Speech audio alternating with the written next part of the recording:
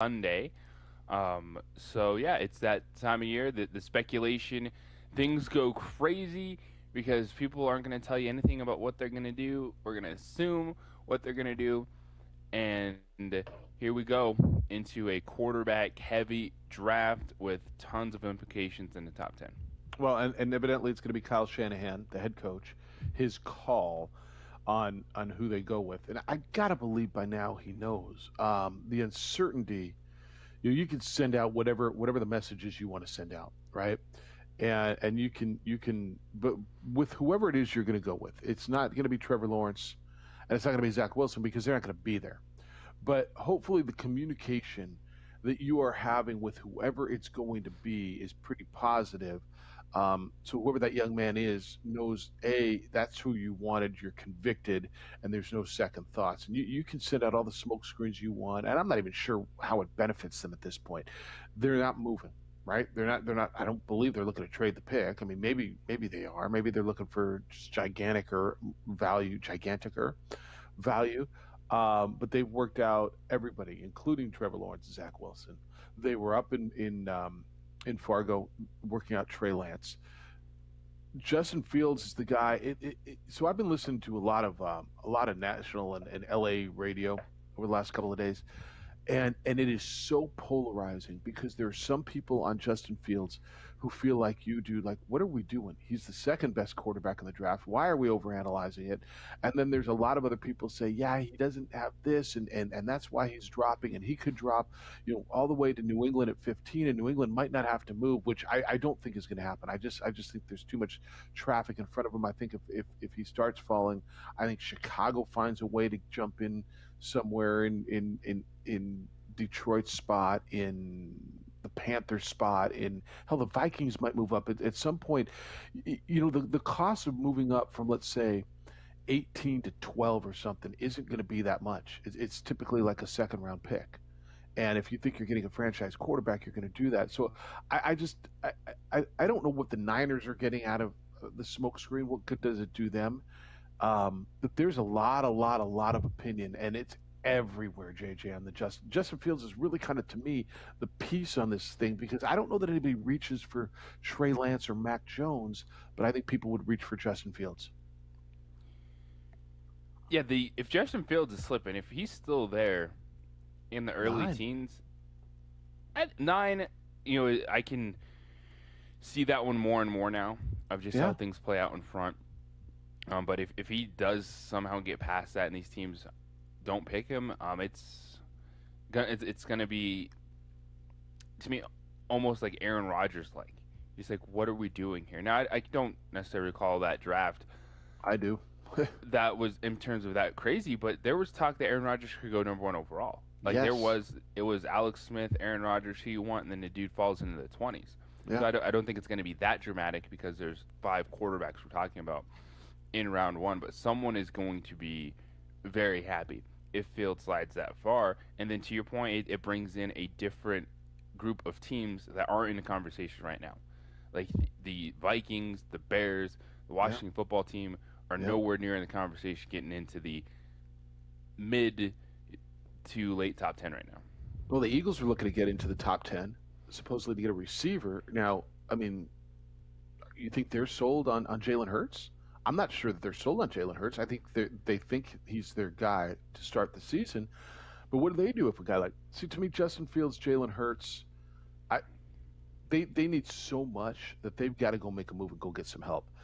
They got a quarterback to go with. This is one of those where I tell you again, next year there's going to be a crop of quarterbacks. If this isn't your guy, you'll know by this time next year. And if he's not your guy, you're probably going to be in a position to get one next year, right? So I don't think that's where they need receiver help. They need all kinds of help. Um, I How does Justin Fields slip past the Broncos? Everybody's giving me this whole, well, they might take Trey Lance. They really like Mac Jones. I'm like, Justin Fields of the Broncos feels like there's just no way he gets past 9. But to that point, it sounds more and more like the Broncos are going to get a quarterback, doesn't it?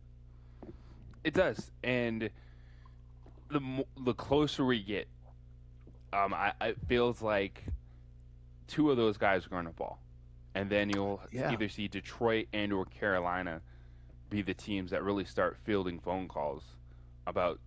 It could even be Denver in that point, Six, jumping up one or two spots just to yeah, ensure they get one of those guys. and who they want, whoever it is they want.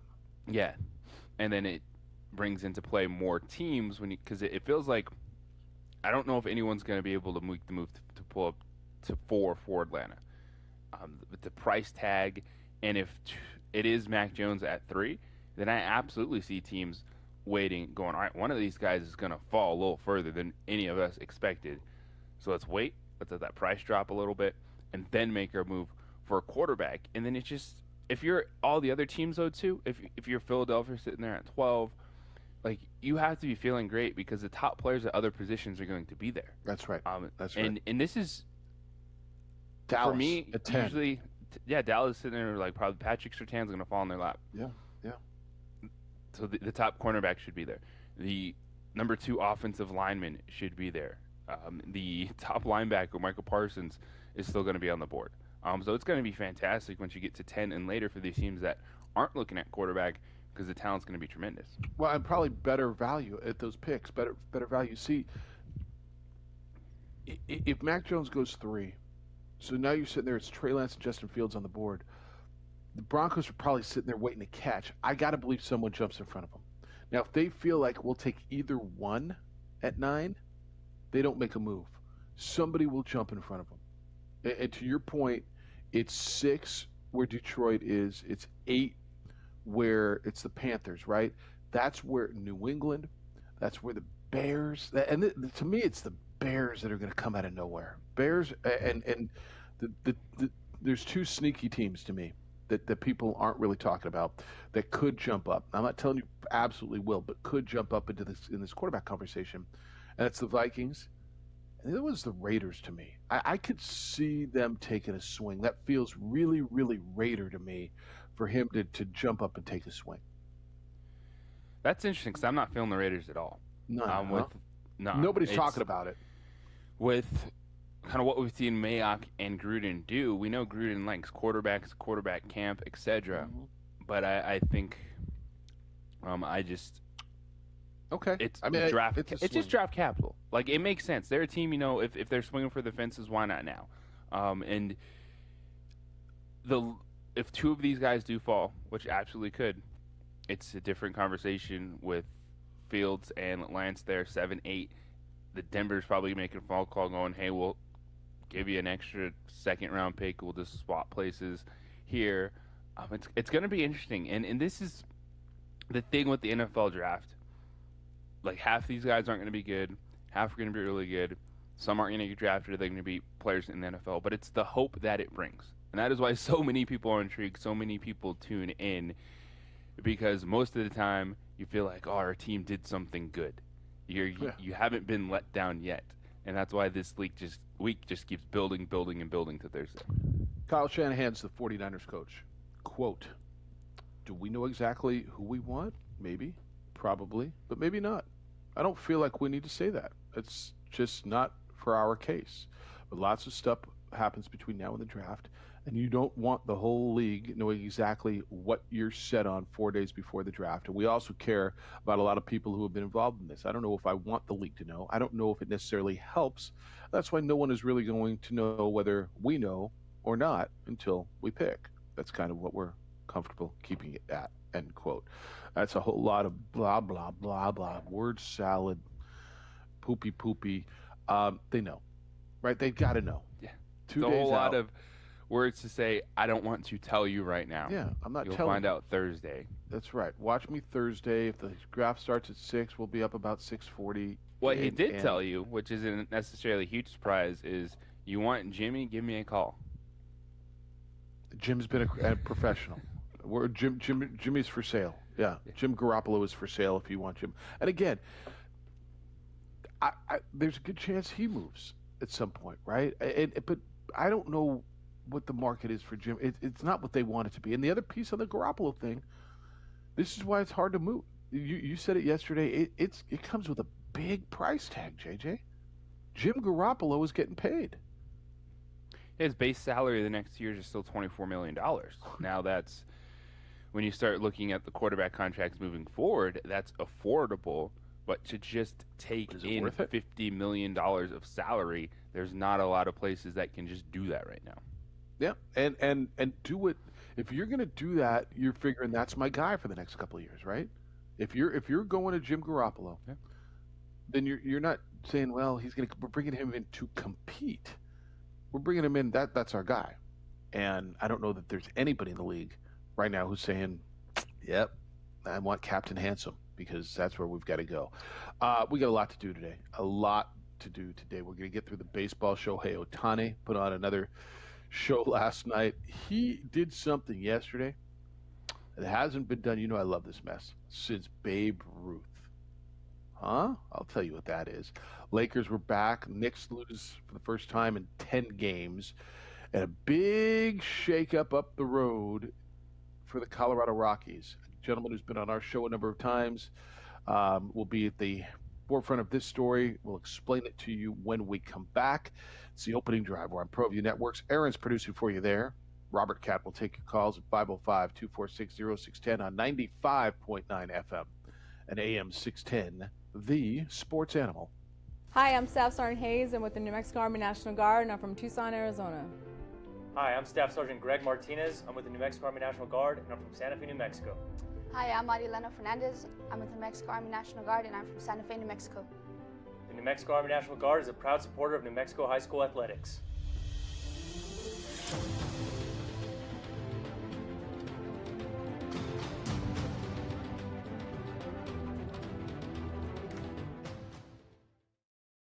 Jeff Siembieda, JJ Buck, Micah, Josh produces for you today over on the ProView Network side, where you can watch the show worldwide on ProViewNetworks.com or statewide at Comcast Channel 26. Hey, welcome to the Steve Davis Show. Good morning and welcome to Sports Desk Live on Comcast Channel 26. Welcome to The Point with Nick Rich. Hi, everybody. Welcome to episode 10, America Talk About. I'm Pastor Flora Padilla of Mending Broken Hearts. Welcome to Henry T. Game Face Live, Comcast 26, and Big Bad ProView Network. Often imitated, never duplicated. Welcome to Local Focus with Sebastian Noel. Welcome, sports fans. It's that time of the week again. You are watching the Weekly Rundown. Hey, welcome to Red Menace TV here on ProView Network. Hello, I'm Steve Davis. You are watching Public Access TV.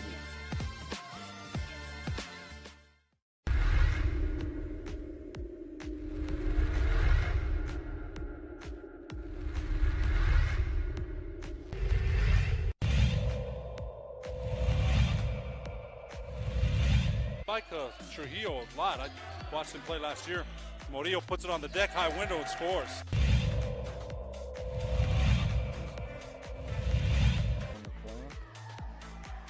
Oh, beautiful feed inside for Palacio. Staying, and she's going to anticipate that pass and get a steal. Good job, coach, leaving her in the game. Little Euro step as the defense goes by.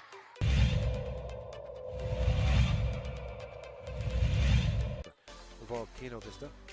And there they are, tipping it to themselves. That's a really nice, intuitive basketball play there. That's instinct.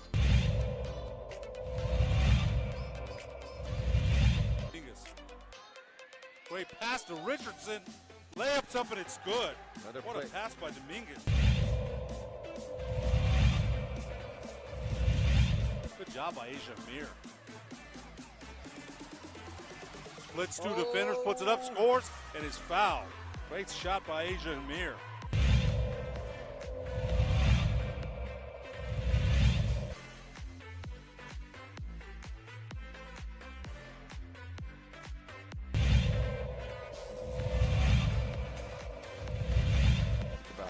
Dangerous pass.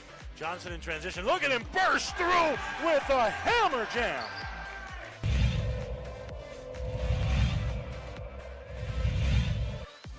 The rebound.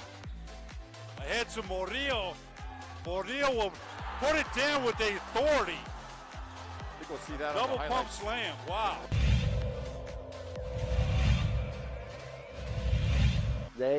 Can I sing him happy birthday? No, by all means. But before I do that, I want to make sure that like my papa my dad, Mike Brown.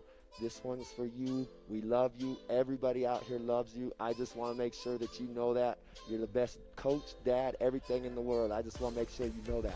So, Zay, this one's for you, man. Happy birthday to you. Happy birthday to you. Happy birthday, dear Zay, man. Happy birthday to you. Here for the last bunch of years, JJ, right about earlier than now, when Ice Dope season starts, which was about 2 weeks ago, typically. Jeff Bridich, the general manager of the Colorado Rockies, would come on. We'd talk about personnel. You'd ask him about players. We'd talk about the whole concept, the whole philosophy of the minor leagues, and when will they win in Albuquerque, and it's about development, and well, it'll be somebody else soon, because Jeff Bridich, who certainly you always use the word embattled when somebody steps down. I don't know that you use it in any other context in life at all. But Jeff Bridich was certainly under the gun. 6 years, this would have been 7, as the general manager of the Rockies.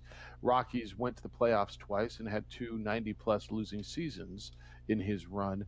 But they big swings and misses of free agents, a lot of pitching that they threw a lot of money at that didn't work, and then the Nolan Arenado trade over the offseason, which really drew the ire and got you even off their bandwagon, which was, I think, really indicative of not necessarily you being indicative, but I think you are, of where so many Rocky fans are. Here's a franchise player, a generational player in some respects, and really a guy recognized the best third baseman in baseball. Not only did you give him away, didn't get a headline guy back, a prospect, but you're paying $50 million for them to take him off your hands. I think Rocky fans just said, what are we even doing? Why am I a Rocky fan? Where are we going? Jeff Bridich, whether resigned or they mutually agreed to part ways as the general manager of the Rockies yesterday. JJ, I think this was coming. Timing's a little bit odd on it. I think it's more than a little bit odd, as you're into a season where they're off to a horrible start and they're headed towards the basement of their division. Good guy. I mean, by every account, he was a nice guy to us, but it obviously just did not work. Yes, this is a situation where this isn't just Jeff Bridich. This is at the very top on the way down, because Bridich just doesn't trade Nolan Arenado without the owner signing off on it. And Monfort is in a situation right now where people are questioning if he's ever going to get this franchise competitive again. Like, they had that flash in the pan 17-18 wild card appearances, but they're questioning, is he think he's a baseball guy trying to do too much? Is he investing enough in this team? Because they're one of the squads that they fill up that park. That's a destination ballpark. So people are buying tickets, normal season, they're showing up. So there's not necessarily a lot of pressure on them because you're having a nice day at Coors Field, you're enjoying it, etc. This was the first time in a while that the fan base was pushing back really hard. There's bad teams, they've struggled before that happens. But there was people like showing up at games and wearing T-shirts, questioning ownership, questioning Bridich. You know, that's stuff that it really starts to resonate when you see that in the stands. And the Rocky fan base is just wondering, okay, you trade Nolan Arenado, it happens. We've seen Trey Tulowitzki get traded. We've seen superstars traded in this game. But then you pay a team $50 million on top of that, and you don't get back one of their top 5 prospects. You don't get back anyone that the Cardinals really liked. You don't get back a starting player for Nolan Arenado. It was a bad deal by Jeff Bridich. Now, the moves he made in free agency, it's one where you have to give them credit because they did try to spend money, but every one of them failed. And that's what hurts. It's the whole good job, good effort. But Ian Desmond, the dude is opted out of the last 2 seasons of baseball. Yeah. Wade Davis collapsed. Brian Shaw was a disaster. Jake McGee, which is crazy because Jake McGee comes in, just absolutely terrible. Now he's saved 7 games for the Giants this season. Right, and that's where I always question these things, right? It's such hocus pocus. You hire someone to do a job, and ultimately it's on you as the boss, how does that person perform? But you just went through the Wade Davis, Jake McGee, Brian Shaw thing, and they spent $100 million on those 3 relief pitchers, and they got minus 3.4 WAR, wins above replacement, during the careers of those guys, and then they go on and do something. How much, like, it's on him. But you hire people. We have this conversation all the time, right? About whatever it is, whether it's a head coach, whatever. You hire someone, and then they've got to go do the job, and you're either successful if they do the job or they don't. If you're an athletic director, you hire a coach, and you've done a good job if they do. If you're a general manager, you hire a pitcher, and he either does it or he doesn't. A hitter, like there's no defending. I don't think. I haven't even heard his defense on the Arenado thing. Like, they got fleeced on that. They got nothing in return of substance, and that's not fair. They got nothing of superstar potential, and they paid to take your best player. Like that. That's one of the worst deals, until somebody explains to me differently, that I've seen. But when he went out and tried to find pitching, right? Pitching's always been an issue at Coors Field. How do you find it?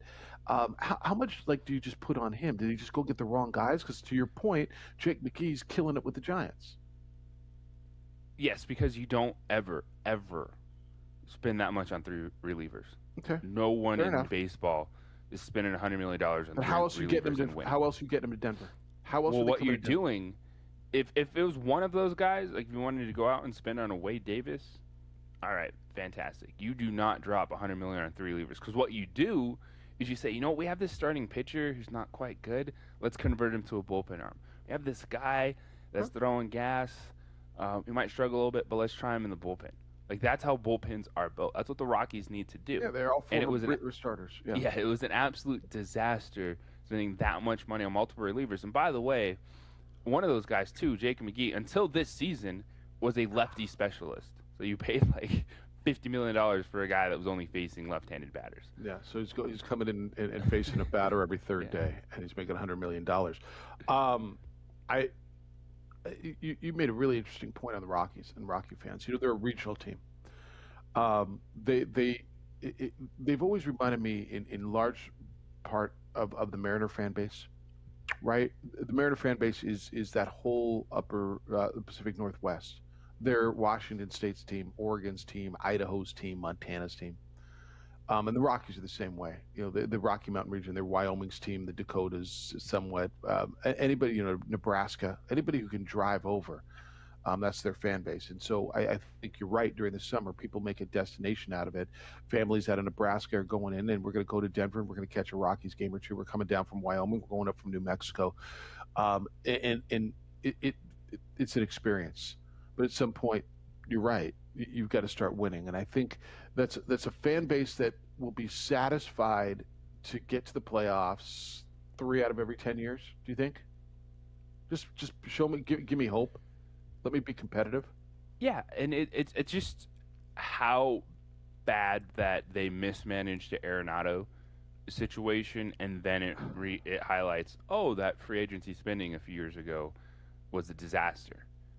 After the 2017-2018 seasons, which you're going to make mistakes, but Arenado was the terrible icing on the cake of, all right, if you feel now you need to transition, get prospects, and they didn't.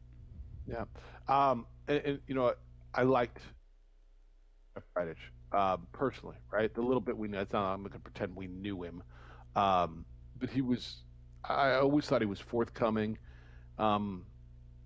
He didn't give me a company line necessarily. The company line was, we're here to develop, but I mean, it's not like, we want to win down there and whatever. They never wanted to win. It wasn't about that. He kind of gave you what it was.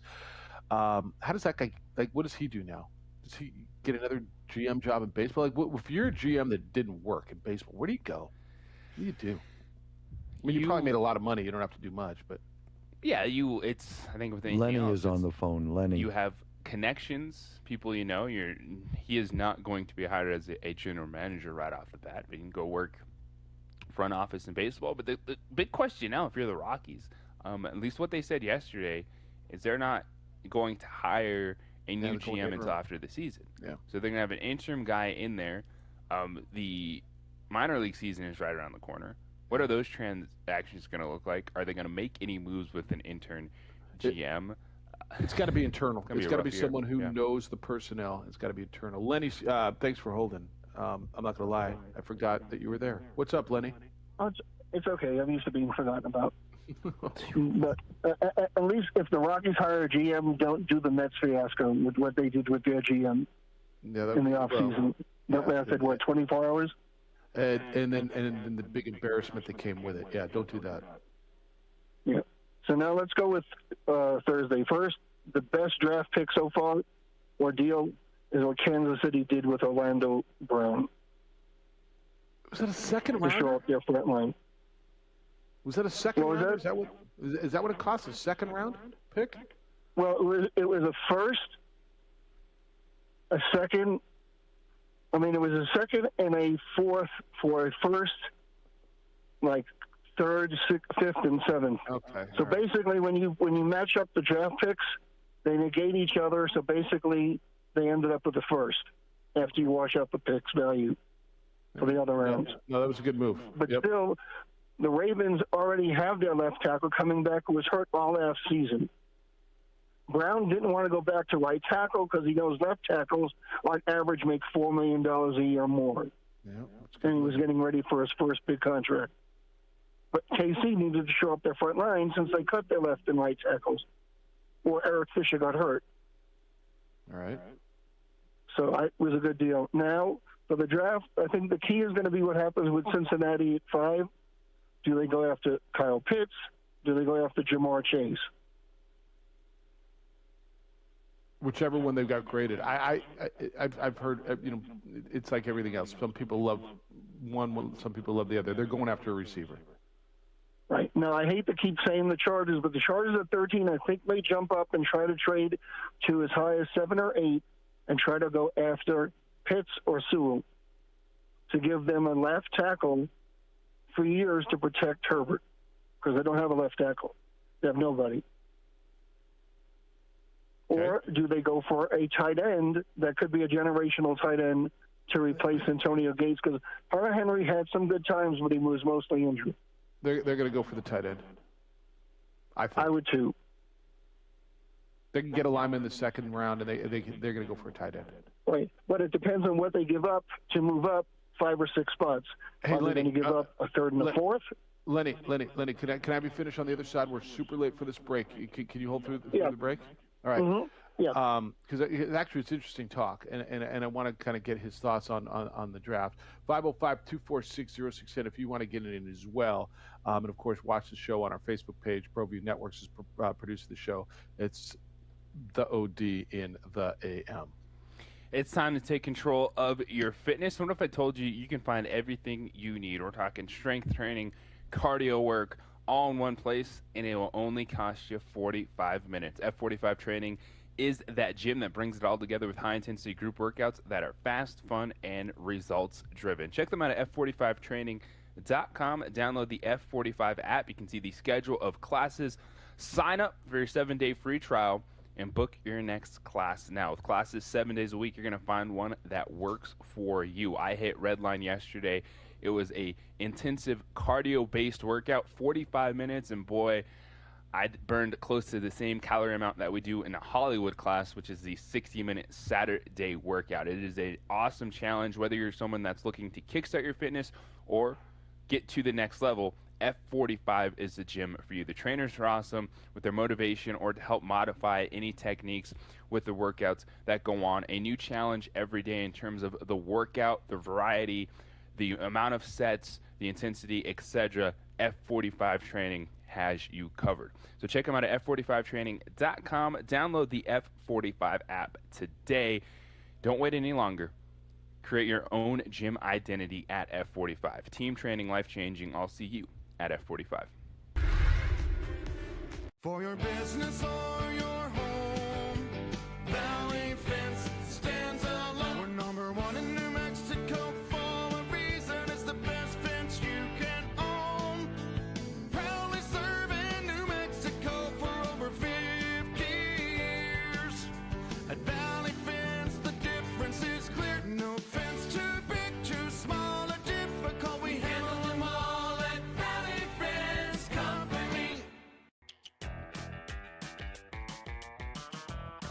Pet Emporium, your pet's second best friend. Visit clarkspet.com.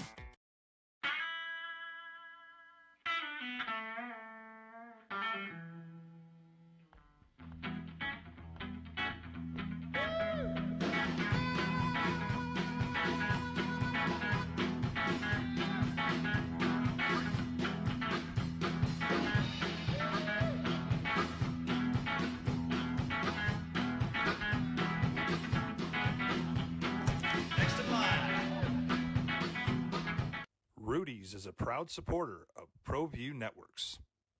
Don't sacrifice quality of flavor when you're in a hurry. Golden Pride offers ribs, fried chicken, green and red chili breakfast burritos, and Frontier Cinnabons. 4 great locations, or visit us online at goldenprideabq.com. Golden Pride Barbecue Chicken and Ribs, proud supporter of ProView Sports Network. Here at Legacy, we are here to disciple people by helping them connect with God, grow in relationships, and live generously.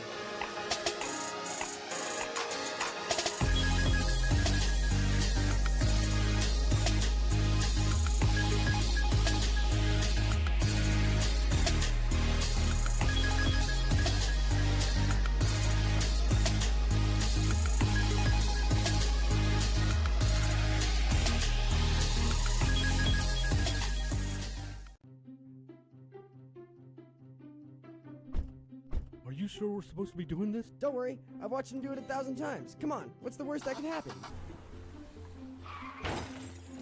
No! Bad dog! Hi, welcome to Car Crafters. What happened? Don't worry, we'll make it like it never happened. Car Crafters, it's like it never happened. Car Crafters is a proud supporter of ProView Networks. A rogue virus, no jobs, sky-high tuition debt. Life is trying to put our generation on the sidelines. But we refuse to just sit back and watch it pass us by. Instead, watch us fly ahead. Watch us overcome anything. Watch us rise. Watch us change our world. Watch us become the next greatest generation. Datacom is the manufacturer's representative for the states of Arizona and New Mexico. Datacom represents Fuji Electric for uninterruptible power systems and Layer 0 for static switches and power distribution units. High-Tech Power Protection manufactures dynamic rotary UPS systems up to 3.6 megawatts, individual and 100 megawatts by combining Well, what multiple Lenny had to units. say is we get closer and closer to the draft and who's looking for what and what do you do? I think we're in agreement. Atlanta's looking at tight end at 4 as much as they need a tackle, but when you got somebody like Kyle Pitts sitting there, it's going to be hard to pass. Lenny, the other thing they could do, they're listening to a lot of trade offers now, depending on what quarterback's going to be there. If there's a Justin Fields, that could be a very, very valuable pick, and they could get a haul for him. Or do you just stay there and say, you know what, that's cool and all, but we like that tight end? Lenny, you still with me? Oh, yeah, sorry about that. Yeah. I agree. And the other thing is, Carolina is not going to give Darnold his fifth-year option until after the draft. Well, that's fine. What if Fields falls to 8? Then they got a decision to make. Then they've got a decision to make. To me, if Fields falls to 8, it becomes really valuable because they're one step in front of the Broncos, and if that's where New England wants to jump up and steal and get a quarterback, I'm listening to what New England says. I'm listening to the Bears. Or even New England jumping up from 15. That's what I just said. Yeah, New England jumping sorry, up from my phone 15, broke up. or the Bears or the Vikings. But that's where I could see New England jumping right in front of Denver and taking what Denver wants. You don't think so, JJ? Yeah, and it would be a better trade taking what New England would offer than what Denver was going to offer, which would just go up a couple of spots. JJ, you're still muted. And then I love the comment that they made about Garoppolo, saying he may not even be alive on Sunday. I don't even know what that means. Isn't that what the GM said when they were asking about Garoppolo? He said he may not even, we don't even know if he'll be alive on Sunday. What does that mean?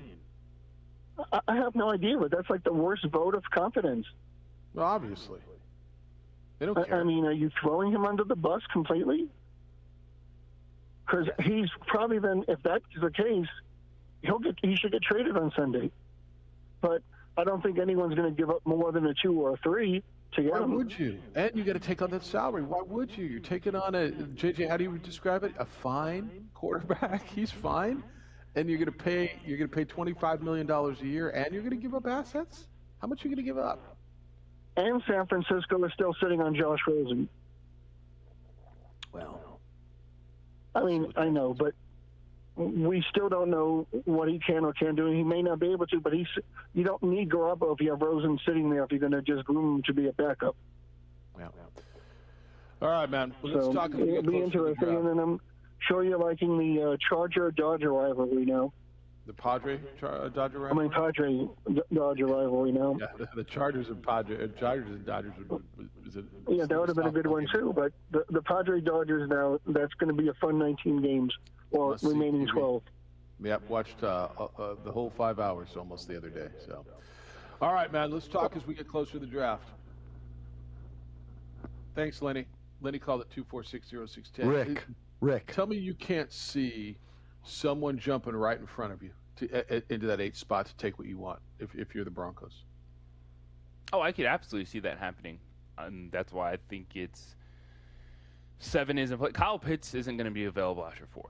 Like Atlanta is either trading out for quarterback or they're taking Kyle Pitts. That's correct. And I think teams, the closer we get to draft day, and it sounds like, Mac Jones is the dude. And by the way, it wasn't that comment where Kyle Shanahan said, well, I don't know if we're all going to be alive on Sunday. It was the fact he opened that presser by saying, we traded to 3 because we need a starting quarterback.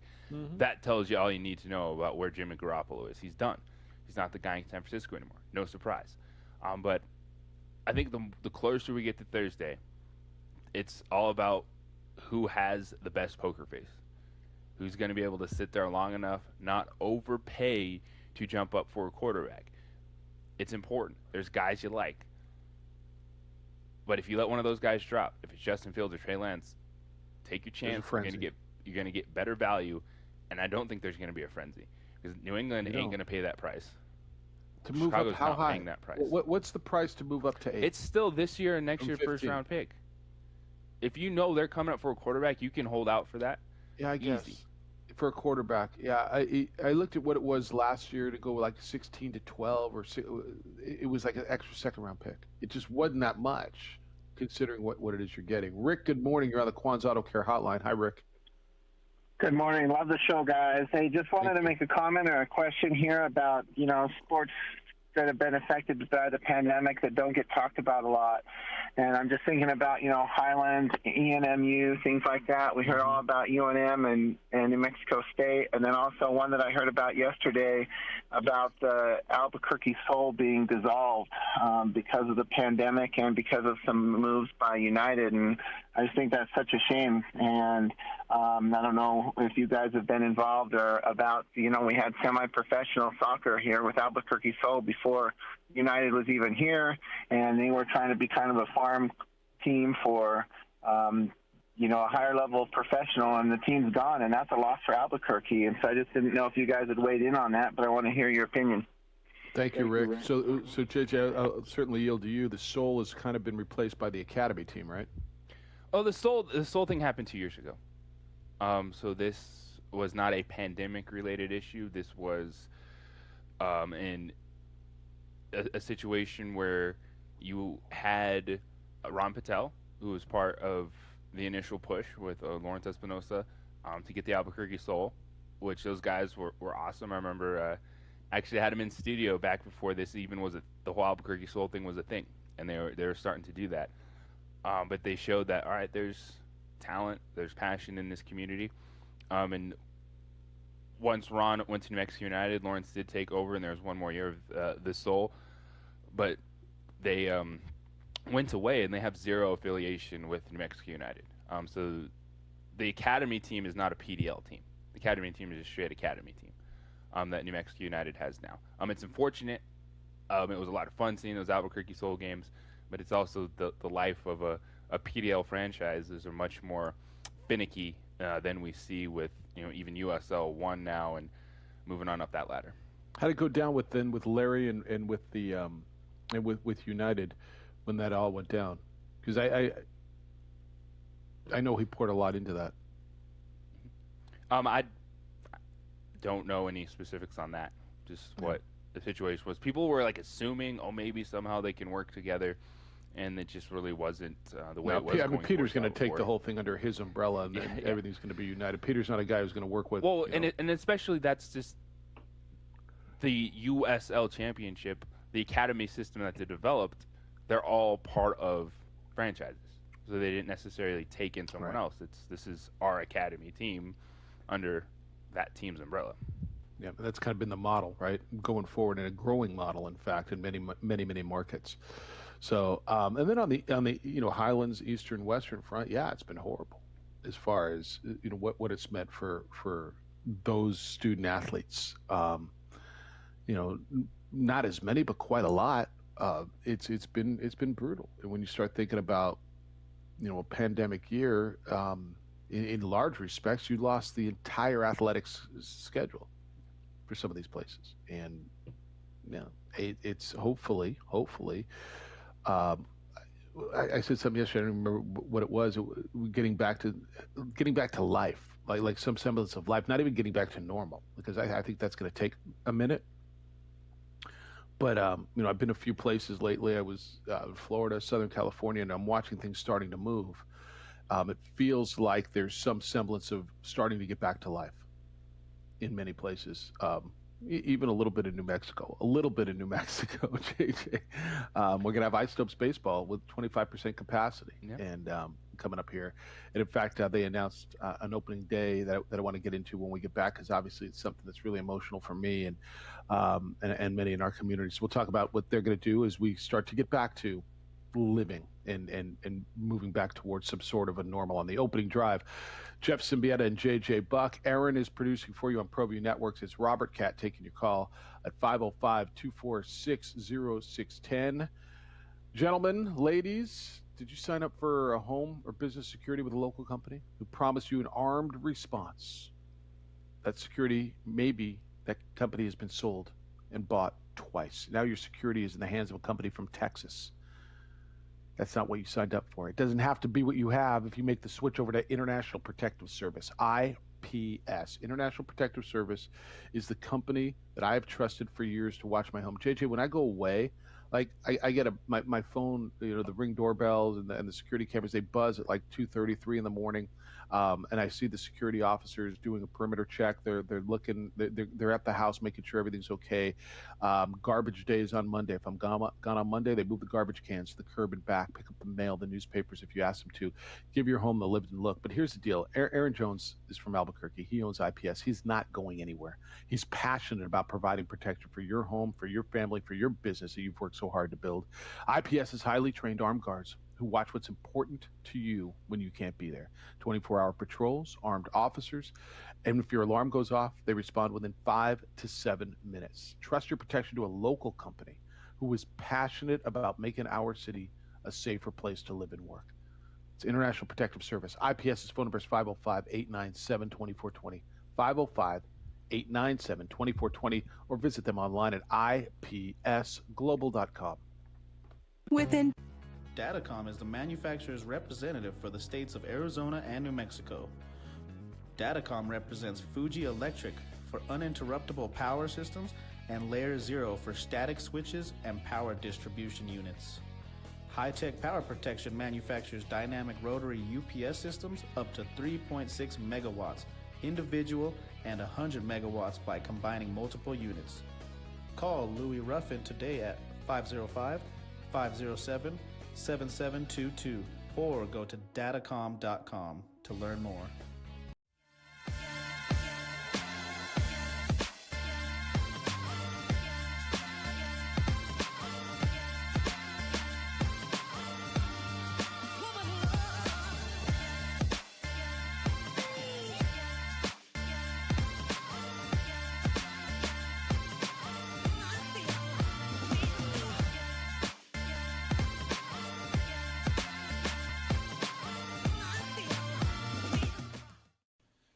TurboThreads is a proud sponsor of ProView Networks.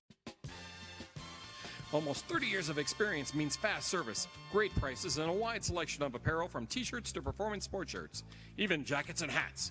They feature low minimums and no setup charges on most orders. TurboThreads is located at 1503 Golf Course Road in Rio Rancho, or find them on Facebook, online at turbothreads.com, or call 999-1234 for TurboThreads. Jackson Compaction wants to help you keep your green and keep the community green as well. Jackson Compaction has worked hard to maintain the same prices since day one. Always easy and painless trash removal with professional crews and quality service. If it's non-hazardous waste, debris, or trash on your land, leave it to us. At Jackson Compaction, we're dedicated to ensuring the conservation of our environment. You trash it, we smash it. Jackson Compaction, we've earned a reputation for great results. Clark's Pet Emporium, your pet's second best friend. Visit clarkspet.com.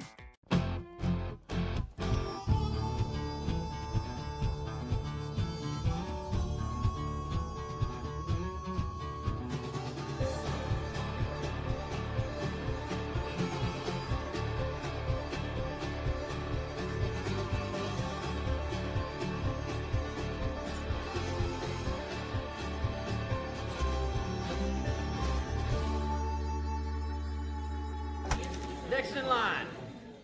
Rudy's is a proud supporter of ProView Networks. At New Mexico Highlands University, you're more than a student, you're family. Whether you're taking courses in Las Vegas, Santa Fe, Rio Rancho, Albuquerque, or Farmington, you'll get that one-on-one attention to inspire you to reach your goals. Let New Mexico Highlands help take your passion and accelerate it into a career and fulfilling life path.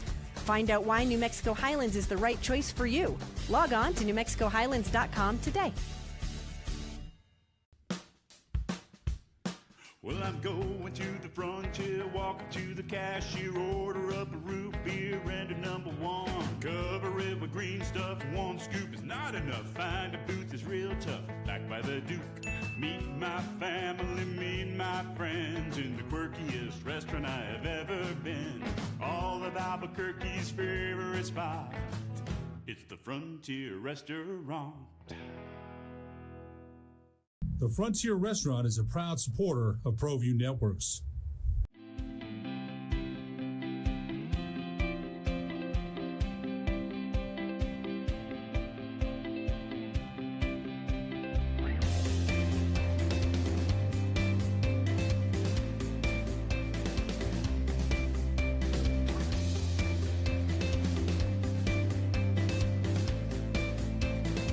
Plan your adventure at WNMU.edu. Calling all football players, are you looking to develop your skills this season? It's never too late or too early to put in the work. Coach Carl Barrere and the Air Barrere program at 8 Grady's Performance Center provide comprehensive position training for aspiring football players at all levels. Whether you're looking to increase your speed, gain strength, or hone your skill, we train all positions with a team of experienced coaches who know what it takes to succeed at all levels from Yaffle to college. Check us out at 8gradys.com to learn more and sign up for training today. Clark's Pet Emporium, your pet's second best friend. Visit clarkspet.com.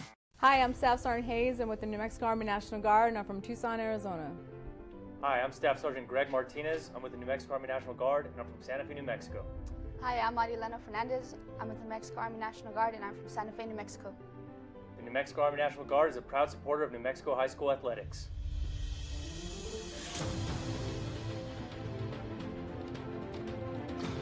Now, and it's really like everybody's got their poker face on, and their BS face on, and their line of poop that they're trying to sell, and figure it out. But it's going to get interesting. From 4 to 12 is going to be really, really interesting in the first round of the draft. It's the opening drive. Jeff Siembieda and JJ Buck. Kwan's Auto Care Hotline is open for you. 505-246-0610. Emails are coming in this morning. Jeff at 610. No, that's Jeff at sportsanimалabq.com. JJ at sportsanimалabq.com. Tommy, good day, sir. You're on the opening drive. How are you, Tommy?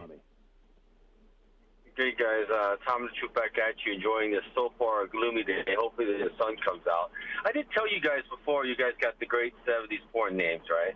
I did say that, I think, once. Like, Siembieda, Buck. Just perfect, dude. Wrong time, wrong place. Anyway, that comment that was made by Shanahan, I mean, I don't even understand why you would even say that. Well, I don't know, or he said, I don't know or guarantee if anybody's going to be alive by the draft. Did he say something similar to that? Yeah, and that would change. What did he say? I don't know if any of us will be alive or something like that. What was the exact quote? He said he doesn't know if any of us are going to be around on Sunday. Yeah. That's just weird. Anyway. And then Rosen is there, and I think that guy is just a backup at best. If he was a starter, he would be starting somewhere. He would have worked out in Arizona or Miami. Rosen. I think this is the same guy that's trying to complain. When he got drafted, he didn't get drafted high. I heard they said he was yelling. They actually heard him yell. Is that correct or something like that? Who, Rosen? Yeah, Josh Rosen.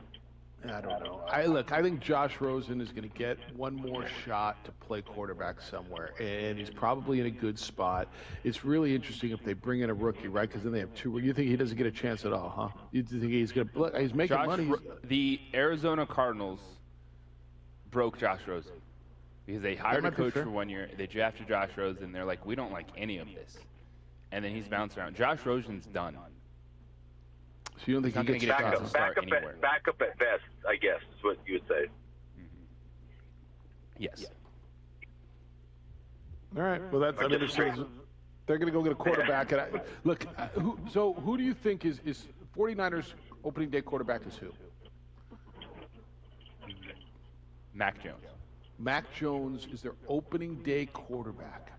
So they're going to go try to win that division with Kyler Murray and Matt Stafford and Russell Wilson with Mac Jones at quarterback and think they're going to win it this year. They have a better chance. I would go with Fields, but I think we all would. I think we all would over Mac Jones. But you're convinced that he'll be the guy opening day instead of Captain Handsome? Yes. All right. Tommy, what do you think? Tommy? Fields. I would go with Fields. But yeah, but they're not going to. It doesn't sound like. All right, man. Yeah. We'll wrap with you during the week. Bye, guys. Later. So you think that he comes in and he's the guy opening day, huh? Yes. I think Garoppolo's still on their roster opening day. If Garoppolo's on their roster, he could absolutely start because, to me, a healthy Jimmy Garoppolo is exactly the kind of player that Kyle Shanahan wants. But they lost faith in him. You don't trade up 2-3. You don't say, hey, we're finding our starting quarterback in this draft. Yeah. If you're going to go out there and continue to start Jimmy Garoppolo. That's why I told you I think that they killed the draft. Or I'm sorry, the value of trading Jim Garoppolo. They didn't. By the way they've handled it. You don't think they did? Once they traded up to 3, you're not going to be like, oh, we're drafting a quarterback, but you can still pay a high price for Jimmy Garoppolo. Well, that's my point. Yeah.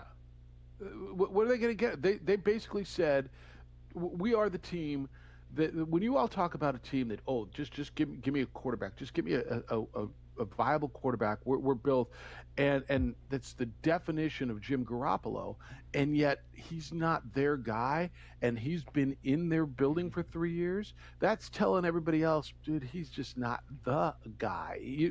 And why would you want him, or would I want? But you're not getting what you used to want. You weren't going to get value out of him before that. Now I think you're getting less. You basically told the world, yeah, he ain't all that, which is fine. So now, how do you keep that guy's?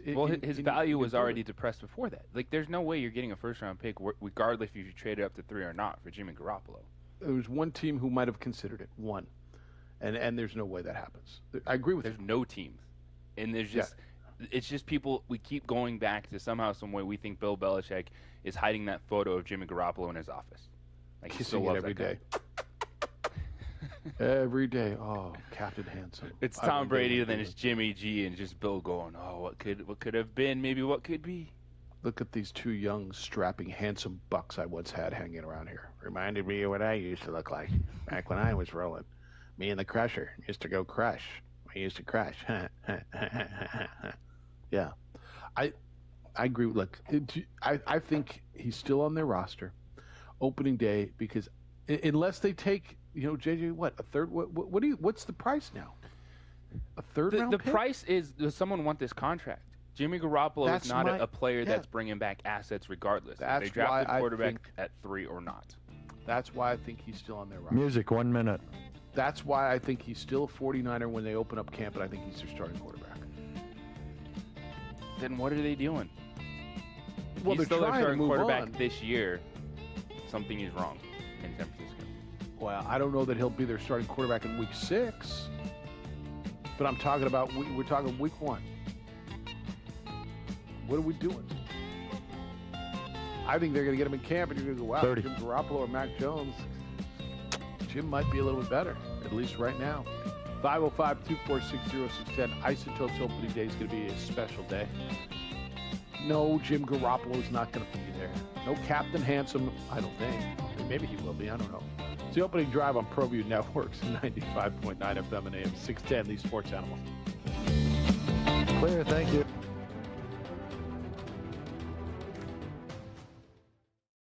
Drive, Jeff Siembieda, JJ Buck, Micah. Josh produces for you today over on the ProView Network side, where you can watch the show worldwide on ProViewNetworks.com or statewide at Comcast Channel 26. Hey, welcome to the Steve Davis Show. Good morning and welcome to Sports Desk Live on Comcast Channel 26. Welcome to The Point with Nick Rich. Hi, everybody. Welcome to episode 10, America Talking Out. I'm Pastor Flora Padilla of Mending Broken Hearts. Welcome to Henry T. Game Face Live, Comcast 26, and Big Bad ProView Network. Often imitated, never duplicated. Welcome to Local Focus with Sebastian Noel. Welcome, sports fans. It's that time of the week again. You're watching the Weekly Rundown. Hey, welcome to Red Menace TV here on ProView Network. Hello, I'm Steve Davis. You are watching Public Access TV.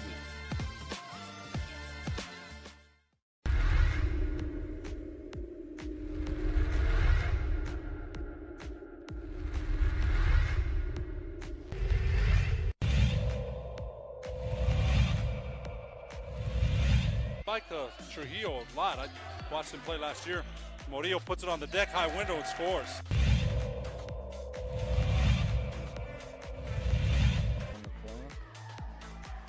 Oh, beautiful feed inside for Palacio. Staying, and she's going to anticipate that pass and get a steal. Good job, coach, leaving her in the game. Little Euro step as the defense goes by.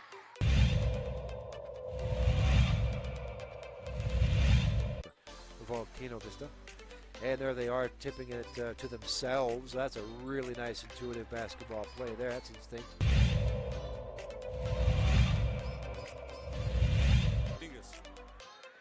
Great pass to Richardson. Layups up and it's good. What a pass by Dominguez. Good job by Asia Mir. Splits two defenders, puts it up, scores, and is fouled. Great shot by Asia Mir.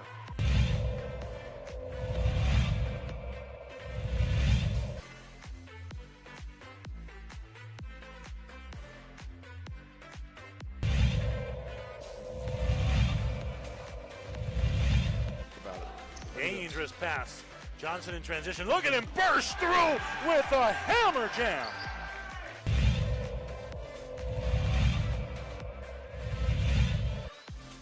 Davis a rebound. Ahead to Murillo. Murillo will put it down with the authority. I think we'll see that Double on the pump highlights. slam. Wow.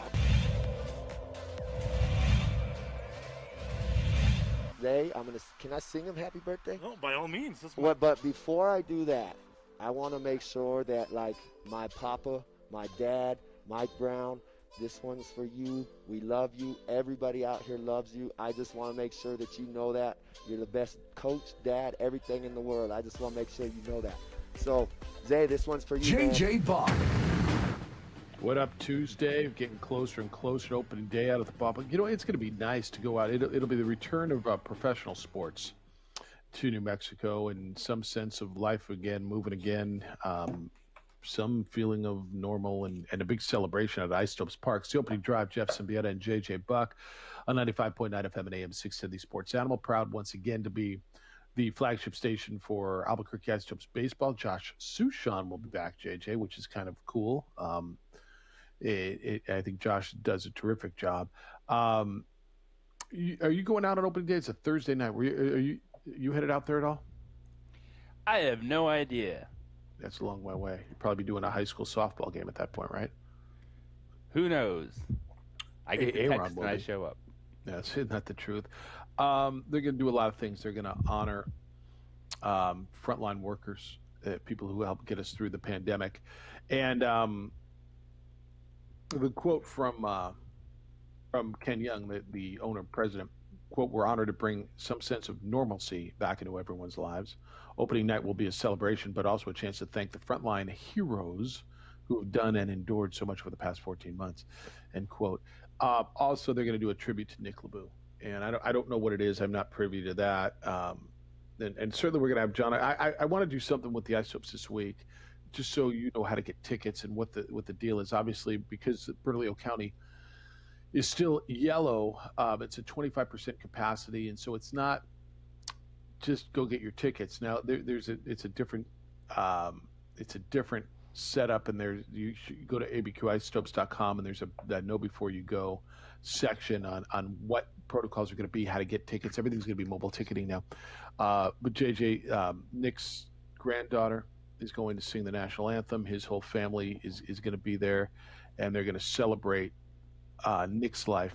And John said, quote, in the press release, celebrate his life and honor him the way he and his family deserve.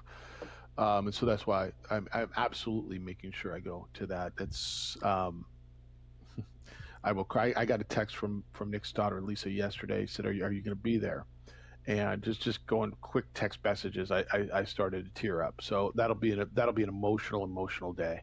And I've talked to Adam and Chrissy and John over at the Isotopes, and just getting ready for a season without Nick is been so different, because he knows all the accounts. He's been the VP since they opened the doors over there. He was the first hire after, I want to say, even before Mel Kowalchuk, the original general manager. So it'll be different to go out to the ballpark, man, and not see Nick stand on the concourse. And like I told you, Addie said, what are we going to do, Dad? I mean, Uncle Nicky's not going to be there. It's the first thing we ever do. So looking forward to Avery, his granddaughter, singing the national anthem. I'm just looking forward to get out there and just start to move again. And I don't know, you've been to a lot of games, but not a lot of people in the gyms, JJ.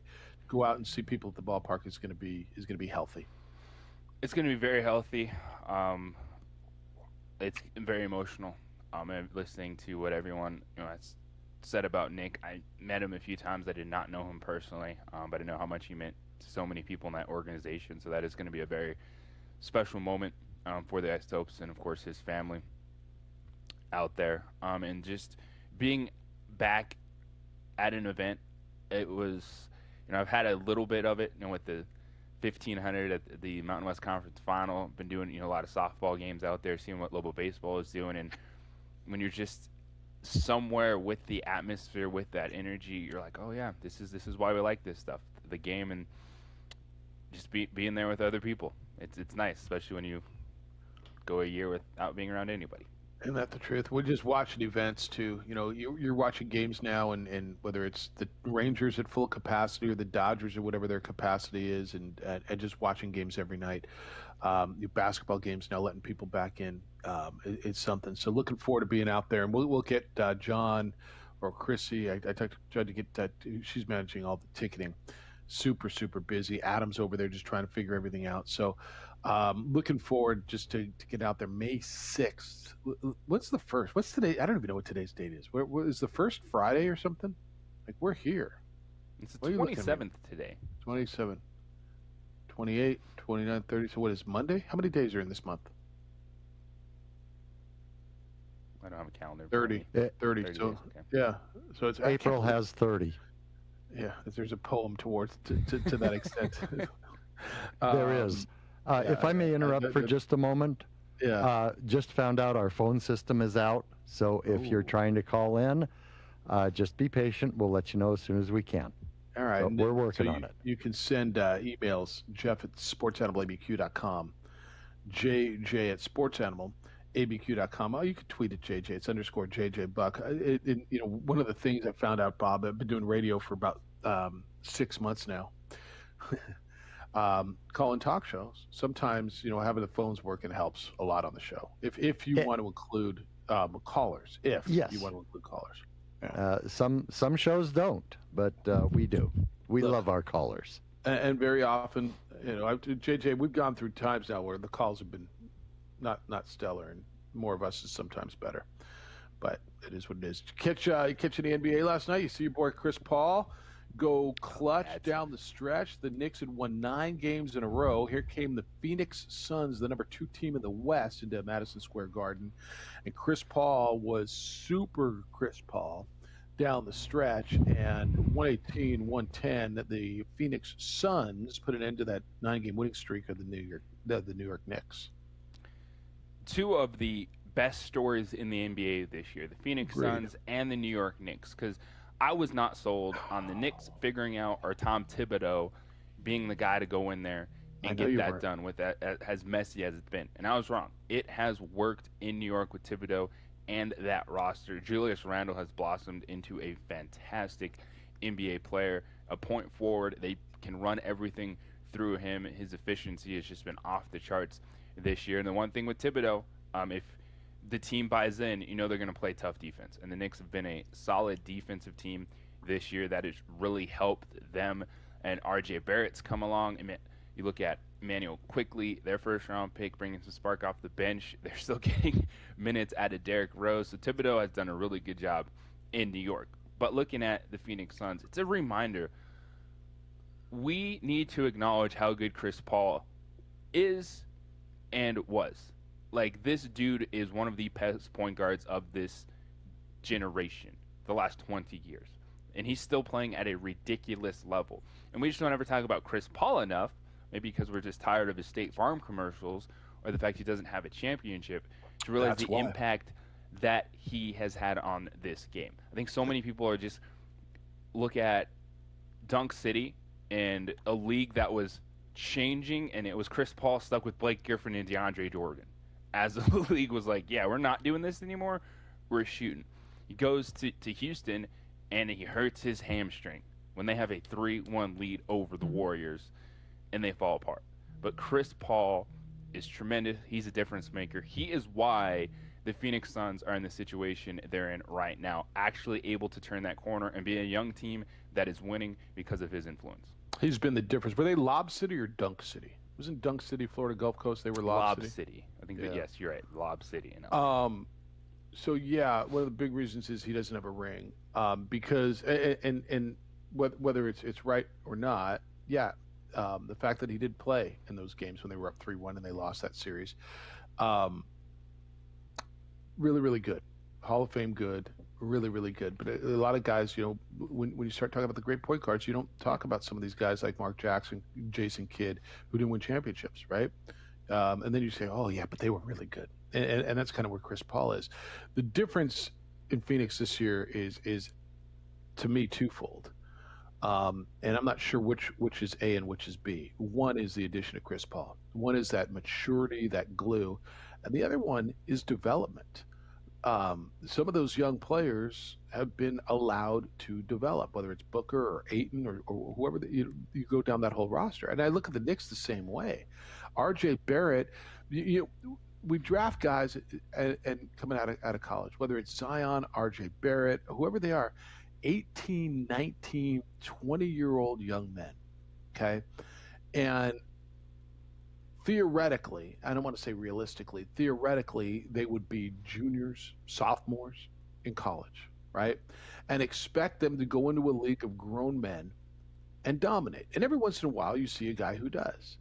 But then, and the Julius Randle thing's crazy, how he's developed into this 6 years later. To me, he might be the most improved player in the league. But those two franchises, I don't know if this was by design, but they are, to me, the beneficiary of development and maturity of some of their star players. Phoenix more so than the Knicks. Okay. And veteran coaches. Like, it worked. And Monty there's something Williams to that. Yes. in Phoenix. Yes. With Chris Paul was the perfect scenario for that Suns team. Because Devin Booker was already that dude. He was just a guy that was scoring like 50 points on a very bad team. And you're wondering, all right, what's it going to take? Well, it took that veteran presence, that Chris Paul, to help solidify everything with Monty Williams coming in. Because they were running through... I agree with you. Was it... I can't even pronounce it. I forget the coach's name that was there before. But they were trying, like, young coaches coming up. They were trying to hit the formula. We got this young team. Let's get this young head coach. And it wasn't working. But now you get Chris Paul coming in, DeAndre Ayton a couple years in, and they play young guys in that rotation. To your point, Cam Johnson, Mikal Bridges, and then they kind of mix and match. They brought in a Jay Crowder, which is a perfect corner dude, plays hard. So yeah, you're right on in terms of what they're doing with the young guys plus solidifying the edges. Well, if you look at it, you're right. To your point, it's a young man's league. But who are the stars in this league? LeBron James, Anthony Davis, right? Guys who have been around for 5+ years, right? When you say who are the stars in this league, you've got Luka and you've got Zion, you've got some young stars. But when you go down Chris Paul, Kawhi Leonard, right? Guys who it took a minute. And I think the NBA draft, more so than the NFL draft, to me, is such a future game. You're betting on futures, because I watch guys develop, and it just makes sense. Like it shouldn't be a surprise, but when you're in the moment, you who's going to come in and impact me tomorrow? And nobody's got patience. I get it. You're finally seeing. Look at the six. Look at what Joel Embiid has become. I don't know that he was that initially. Look what RJ Barrett has become. Look what Julius Randle has become. I'll go Ingram. Any of them. Now, there's guys who come in and make immediate impacts. LaMelo Ball's been terrific until he got hurt this year, right? Luka was good right away. Zion was good right away. There's a few special talents, but once you get past the 1 or 2 or maybe 3 in every draft, this is the absolute, JJ, when we say during drafts, let's go back and evaluate a few years later. Let's go back and evaluate. And you look at what the Knicks, like RJ Barrett's becoming really, really good. Ayton has become really, really good. And it's like, they're 19, 20-year-old young men. Think of what you were at that point, and you're going into the world. These are grown-ass professional men that you're playing against. You're not playing good college players anymore. You're playing pros. You're playing the best in the world. And that, to me, those two teams absolutely exemplify. And I thought Minnesota was going to take some of those steps a couple years ago, but it absolutely exemplifies having some patience and building it through the draft. And then you throw Chris Paul in there and you just go, dang, the glue that he is. You cannot underestimate that. No, and they've two fantastic stories, and it's the challenge. Sometimes you go for that young coach, sometimes you need that veteran presence, and these are two organizations that got guys, Monty Williams, Tom Thibodeau, been there, done that, and it's working. Yeah. All right. 505-246-0610. I got some other NBA stuff for you as well. Major League Baseball last night, Shohei Ohtani did something that has not been done since Babe Ruth. I'll tell you what that is. It's the opening drive on ProView Networks at 95.9 FM and AM 610, the Sports Animal. For your business or your home, Valley Fence stands alone. We're number one in New Mexico for a reason. It's the best fence you can own. Proudly serving New Mexico for over 50 years. At Valley Fence, the difference is clear. No fence too big, too small, or difficult. We handle them all at Valley Fence Company. Clark's Pet Emporium, your pet's second best friend. Visit clarkspet.com.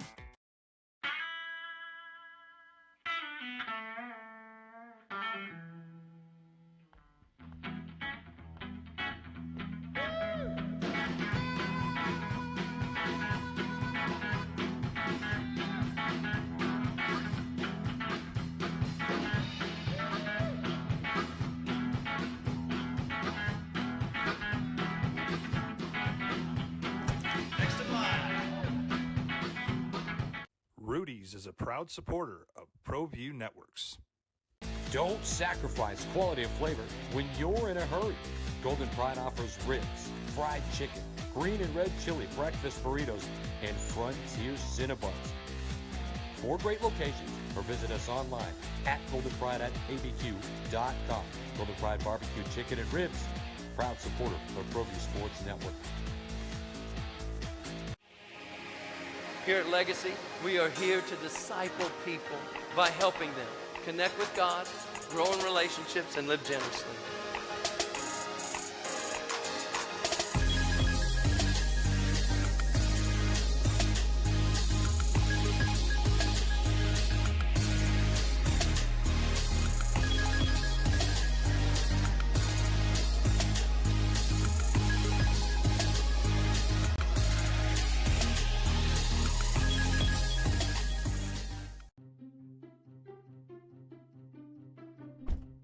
Are you sure we're supposed to be doing this? Don't worry, I've watched him do it 1,000 times. Come on, what's the worst that can happen?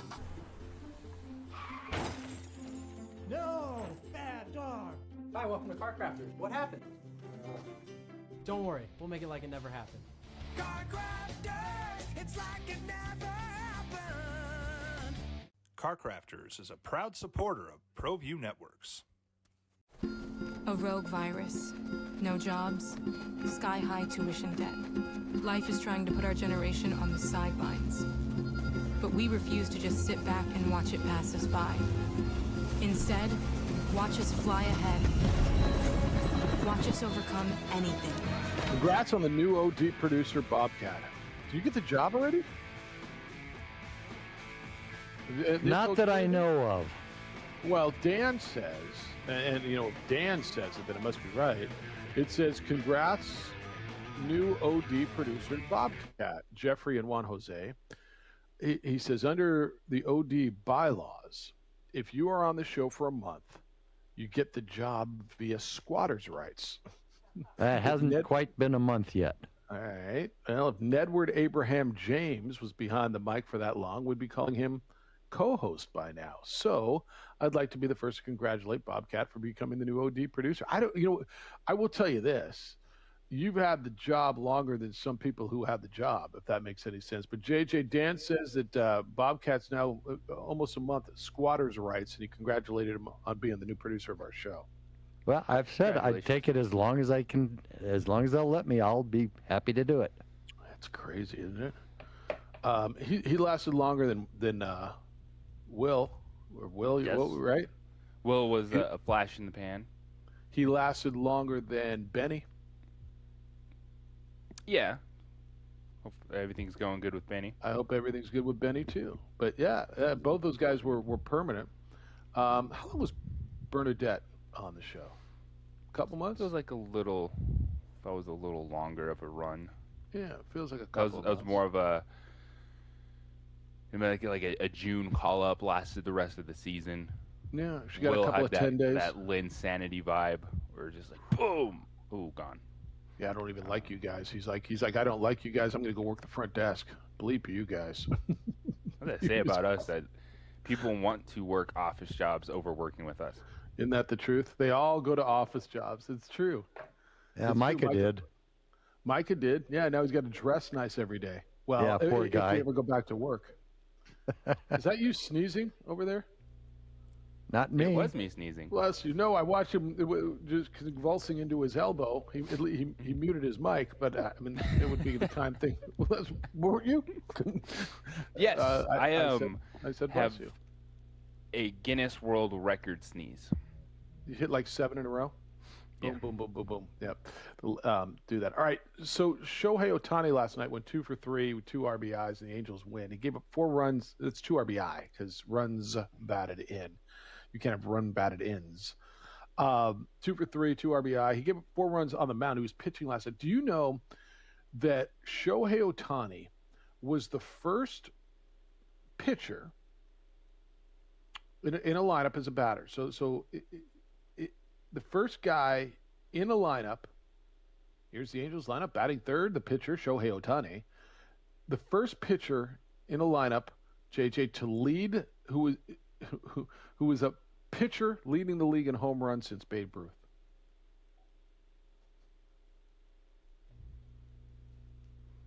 And The this is league it. leader.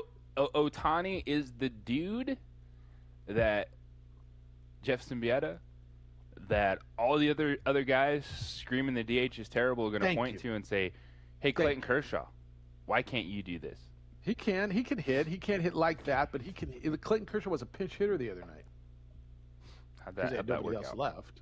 Well, he struck out with the bases loaded, but the point is, he was up there swinging the stick. This is fast.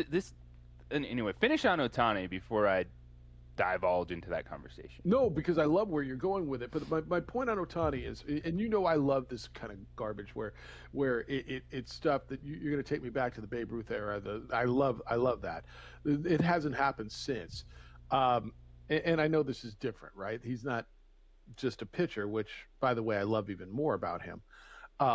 But the first guy who's been in a lineup is your pitcher, your pitcher batting whatever, who's led the league in home runs since Babe Ruth. Oh, and he pitched 5 innings last night, and was the winning pitcher. And the Angels were winners again. They're going to contend for a wild card. The Angels and they may even contend to the West. The Angels have put together another one of those. Let's let people develop. The Angels aren't going to be horrible, and you just have to be okay in baseball to compete for a wild card now. Yeah, you look at the investment. They signed Anthony Rendon a couple seasons ago, paid for Ohtani, so they're definitely trying to make Mike Trout a playoff presence. And be like, hey, that's the guy that sells those Subway sandwiches. Yeah, hey, he's I heard finally of in the that playoffs. guy. No, I heard he's really good, but we never get to see him because they play in the middle of the night, and I live in They the play East on the West Coast. Who watches Nothing those games? happens, right? Nothing happens west of the Mississippi. Bob, phone's still down. Should I give out the phone number? Does it matter? The phones are still down. All right, so don't call us at that phone number, but if you want to get in, Jeff at sportsanimalabq.com, JJ at sportsanimalabq.com. All right, go ahead on the pitching thing, because I am that guy that why can't pitchers hit? I am that guy that why they're can't an athlete. Fielders pitch? Like, so why aren't we changing the entire game? Like, why are we holding pitchers to that standard? Why are we not asking Corey Seager to close out the game in the 9th inning? We're not asking him to play right field either, but we're asking him to hit just like the right fielder, like the catcher, like the first base, like everybody else on the field. Everybody's kind of got their niche defensively. We're not asking, Kareem Abdul-Jabbar to be a point guard. Defensive and pitching are two different things. Like, all of us could catch a ball and play defense. Absolutely. No, we can't. None of us can throw 95. Everybody's got a position. We could catch a fly ball. You can't dive into the hole and pull one out and pop up and throw out. I'm saying the skill set. All of us right now could field a fly ball. Okay. Right.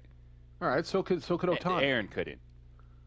But yet, to go on the mound and throw 95 with precision, no. All right, a lot of these guys throw them. They pitch when you're down 11-2 in the 8th inning. So like these an guys go pitch, 40 miles per hour. I'm not buying that. I'm just. So not. why are we asking pitchers that? Oh, the pitchers specifically need to be great at it, and yet we're not saying that all the other guys need to be great at pitching. I'm not buying it. Everybody's got a position on the field, 1 through 9, right? Okay. 1, 2, 3, 4. And their position is pitcher, relief pitcher, starting pitcher, closer. All right. And every one of Not those people who also have hitter. a position, right? Are you a cleanup hitter or are you a first baseman? Are you a Defense leadoff and hitter or are pitching you a have left fielder? zero traits. Like that makes sense going He back has and zero forth. traits. He still fields his position. He's out there with the rest of them on defense. He's out there when you're on when the other team's at bat.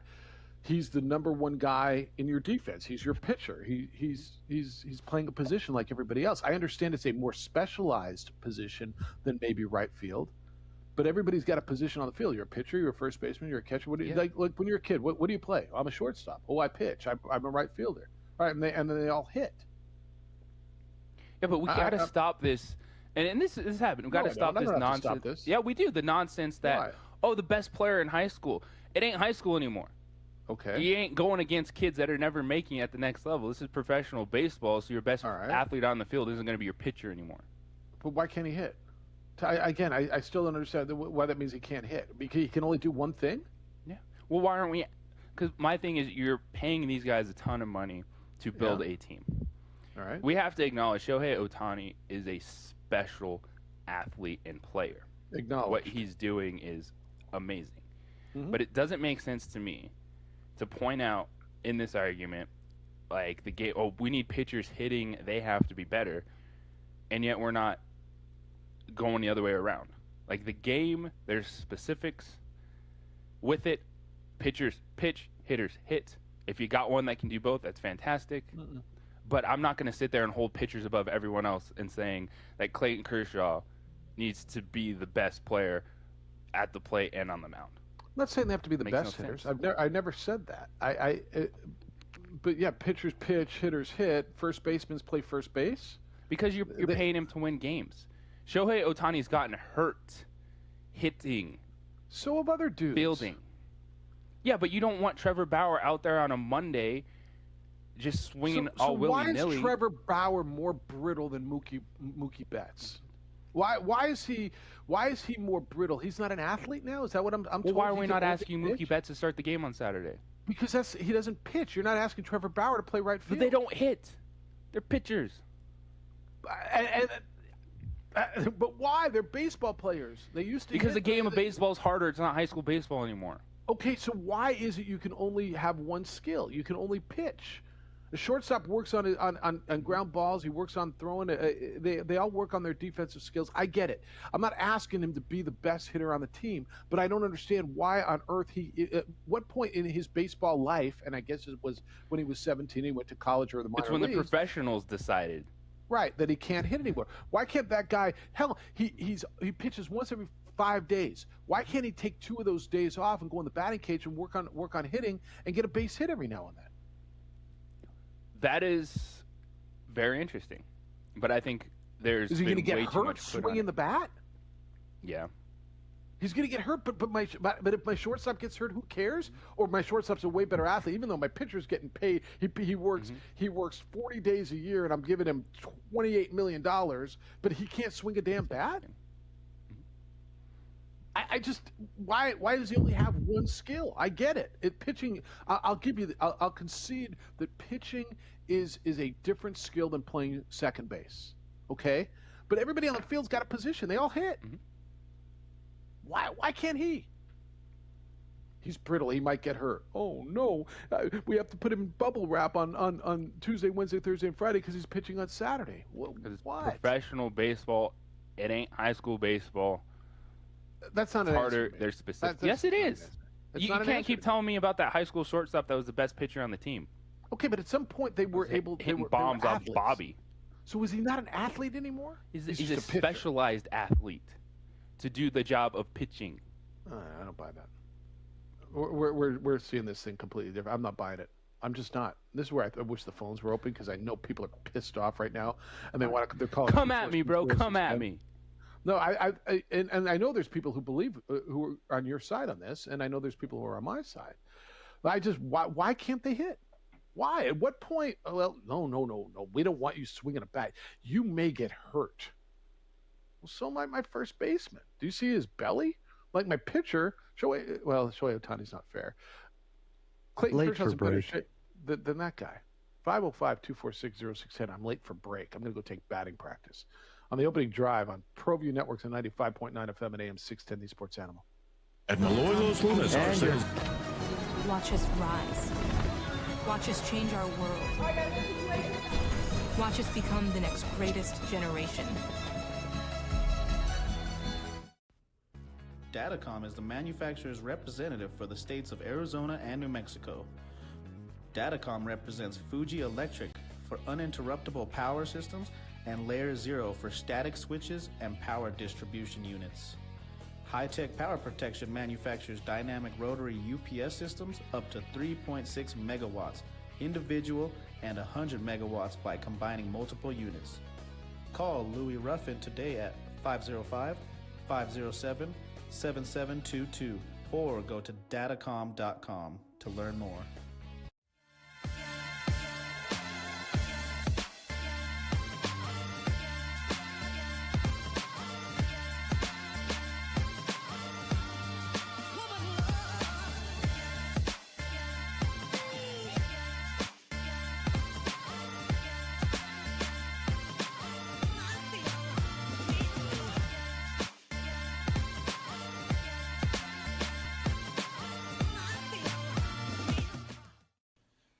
Turbo Threads is a proud sponsor of ProView Networks.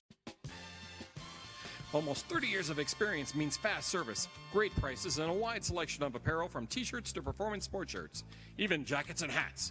They feature low minimums and no setup charges on most orders. Turbo Threads is located at 1503 Golf Course Road in Rio Rancho, or find them on Facebook, online at turbothreads.com, or call 999-1234 for Turbo Threads. Jackson Compaction wants to help you keep your green. And keep the community green as well. Jackson Compaction has worked hard to maintain the same prices since day one. Always easy and painless trash removal with professional crews and quality service. If it's non-hazardous waste, debris, or trash on your land, leave it to us. At Jackson Compaction, we're dedicated to ensuring the conservation of our environment. You trash it, we smash it. Jackson Compaction, we've earned a reputation for great results. Clark's Pet Emporium, your pet's second best friend. Visit clarkspet.com.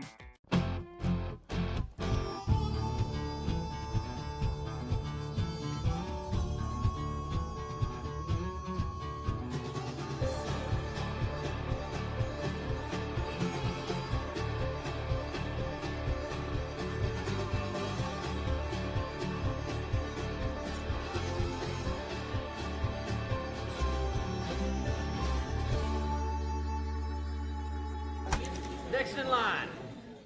Rudy's is a proud supporter of ProView Networks. At New Mexico Highlands University, you're more than a student, you're family. Whether you're taking courses in Las Vegas, Santa Fe, Rio Rancho, Albuquerque, or Farmington, you'll get that one-on-one attention to inspire you to reach your goals. Let New Mexico Highlands help take your passion and accelerate it into a career and fulfilling life path. Find out why New Mexico Highlands is the right choice for you. Log on to newmexicohighlands.com today. Well, I'm going to the frontier, walking to the cashier, order up a root beer and a number one. Cover it with green stuff, one scoop is not enough. Find a booth is real tough, back by the Duke. Meet my family, meet my friends in the quirkiest restaurant I have ever been. All of Albuquerque's favorite spot, it's the Frontier Restaurant. The Frontier Restaurant is a proud supporter of ProView Networks.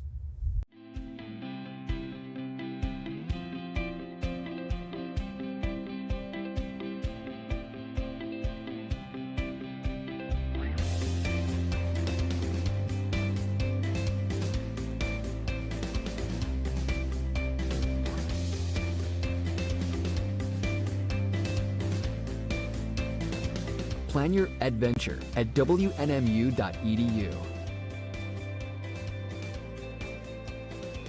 Calling all football players, are you looking to develop your skills this season? It's never too late or too early to put in the work. Coach Carl Barrere and the Air Barrere program at 8 Grady's Performance Center provide comprehensive position training for aspiring football players at all levels. Whether you're looking to increase your speed, gain strength, or hone your skill, we train all positions with a team of experienced coaches who know what it takes to succeed at all levels from YAFL to college. Check us out at 8gradys.com to learn more and sign up for training today.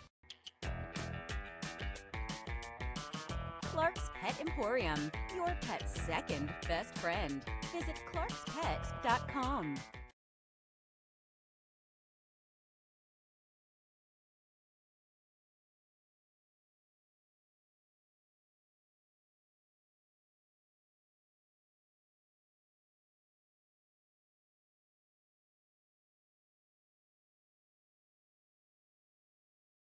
Hi, I'm Staff Sergeant Hayes. I'm with the New Mexico Army National Guard, and I'm from Tucson, Arizona.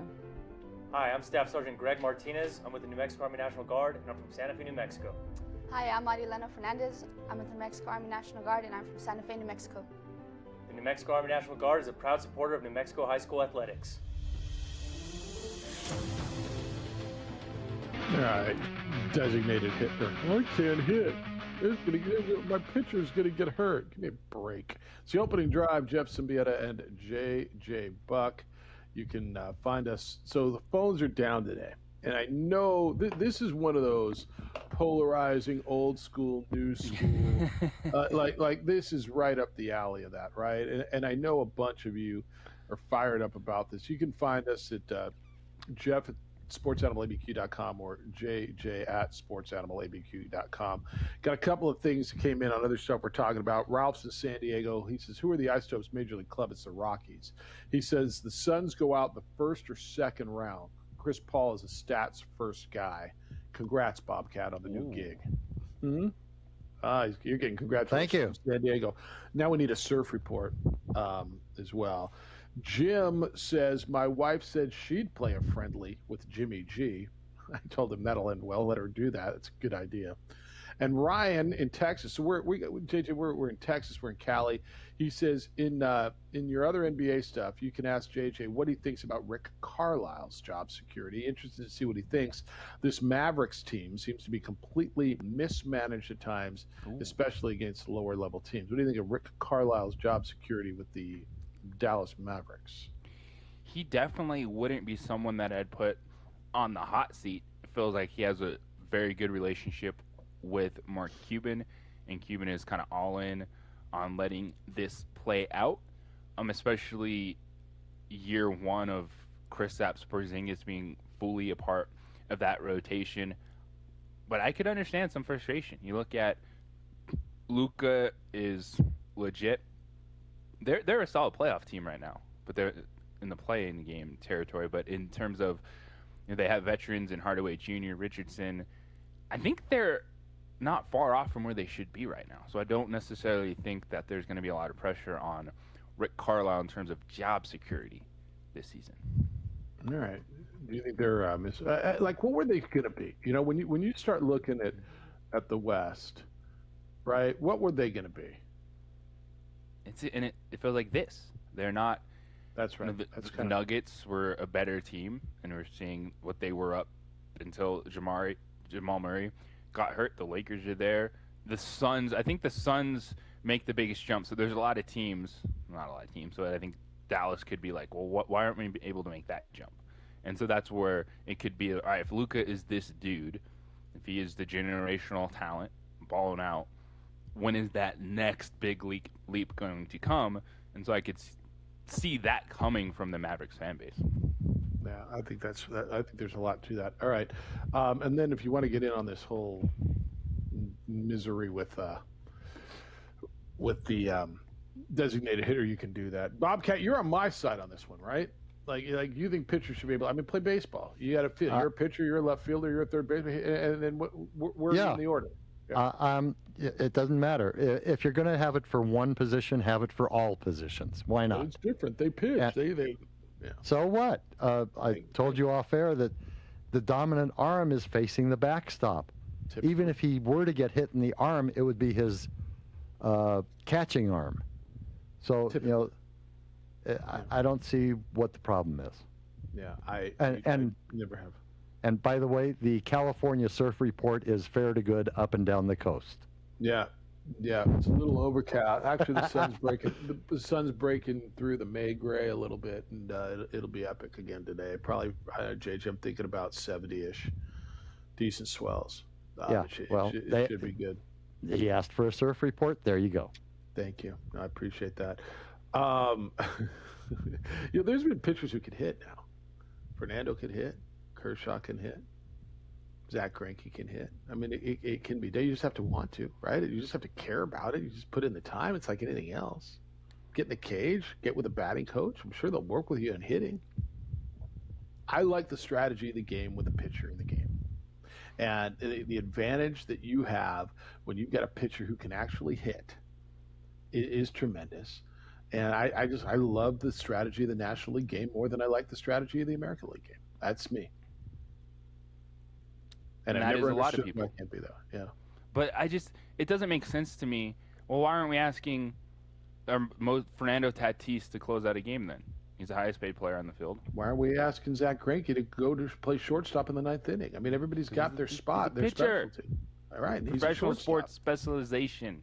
And okay, but they all hit. Everybody else hits. Every other position hits. Every one of them. except for that guy, because we got to protect him. We got to put him in bubble wrap. I mean, we paid him $30 million. We can't expect him to go out and do anything but throw. Because if it was that easy, more people would be doing it. It's not easy to hit a baseball. No, it's really hard. It's really, really hard, and that's why the game's so interesting. It's not supposed to be easy. No. It's why they're the best in the world. It's why they're the greatest at what they do. I think you and I are always going to disagree on this passionately, and I'm down with that. Actually, I really like it. I really do. This is one of those days, and you know, most days I'm like, you know, I'm down. You know, our phones are down. I'm cool with that. This is one of those days where I can hear. Oh, this is your classic. What era of baseball did you watch the most? Wow. Like argument, absolutely, no doubt about it. Yeah, and I'm a National League guy, and I just don't get it. I've never gotten it, and your explanation doesn't help me get it anymore. It's you play baseball, man. Okay. And didn't you love hitting? Like I love playing whatever. I love catching. I love playing first base. I love playing shortstop. But man, when am I up? Yeah, that was when the game was different. Not when you're making millions of dollars. There's contract on the line. There's specialization. Right. So is it just starting pitchers, or is it going to be everyone? And then I just don't think it's going the other way. It's going your way. Yeah. Like you're going to win this. Like you're going to get what you want. DH, which sucks. We're going to eliminate pitchers from the game. By the way, is this going to be robots behind home plate, a pitching machine on the mound? Yeah, probably. Darts on the corner. Probably. Yeah. No, that's probably where we're going. Yeah, you're we're probably going with right. baseball. Just dingers for days. Watch George Jetson's maid play baseball, Rosie, and she's getting all these robot balls. Oh, 800-foot shots. Yeah, it's going to be like watching. You know when you see those machines that test golf clubs, just that same swing every time. It's just going to be those things just launching balls into high rises, 900 feet beyond left field wall. All right, 505-246-0610, 888-922-0610. If our phones are up, use that. If not, hit us at Jeff or JJ at sportsanimalabq.com. Well, if you want to become a better overall athlete and challenge yourself, and you know what? Maybe pitchers can hit. They can. The place you can get started is F45 functional training. It's full body training, get you ready for offense and defense. High intensity circuit training in a fast, fun environment, and it's going to cost you just 45 minutes. Life is crazy. You're busy. You're calling games. You got work. You're dropping kids off at practice now, coming home. Like, oh, man, when am I going to get this workout in? What am I going to do? Well, with F45, you're going to get a high-intensity workout in just 45 minutes. Check them out at f45training.com. Download the F45 app to sign up for your 7-day free trial so you can test it out yourself, and also take a look at the schedule of classes. Classes are available 7 days a week. Like yesterday, my schedule happened to open up. Boom, booked an evening class, got it in, but the weekend classes are fantastic. Saturday and Sunday morning workouts to power you through your weekend and get you ready for the week. F45 has certified trainers on site. Motivation, modify the exercises. The atmosphere is awesome. The variety of equipment from cycling, rowing, kettlebells, barbells, dumbbells, all the workouts you're going to do. It is a fantastic challenge. It's a new challenge every day. Check them out, f45training.com. Download the F45 app because you'll find a class that will work for you in your busy schedule. So don't put off your fitness. Focus on it right now. They're located at 5920 Holly Northeast, so it's really good access from wherever you are in town. So check them out at f45training.com. Download the app. Team training, life-changing. I'll see you at F45. Drive, Jeff Siembieda, JJ Buck, Micah. Josh produces for you today over on the ProView Network side, where you can watch the show worldwide on ProViewNetworks.com or statewide at Comcast Channel 26. Hey, welcome to the Steve Davis Show. Good morning and welcome to Sports Desk live on Comcast Channel 26. Welcome to The Point with Nick Rich. Hi, everybody. Welcome to episode 10, America Talking Out. I'm Pastor Flora Padilla of Mending Broken Hearts. Welcome to Henry T. Game Face Live, Comcast 26, and Big Bad ProView Network. Often imitated, never duplicated. Welcome to Local Focus with Sebastian Noel. Welcome, sports fans. It's that time of the week again. You are watching the Weekly Rundown. Hey, welcome to Red Menace TV here on ProView Network. Hello, I'm Steve Davis. You are watching Public Access TV.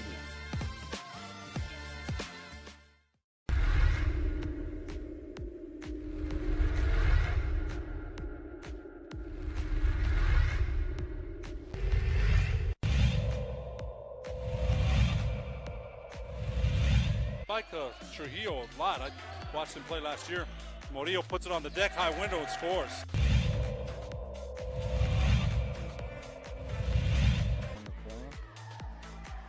Oh, beautiful feed inside for Palacio.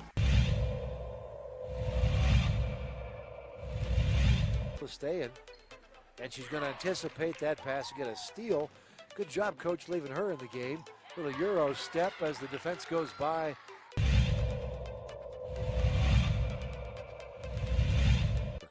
Volcano Vista. And there they are, tipping it to themselves. That's a really nice, intuitive basketball play there. That's instinct.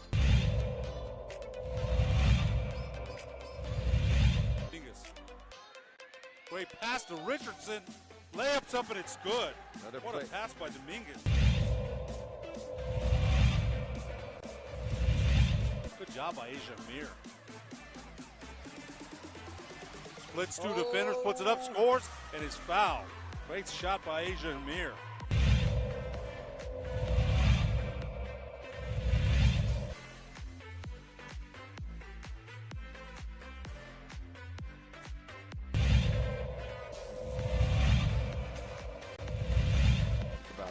Dangerous pass. Johnson in transition. Look at him burst through with a hammer jam.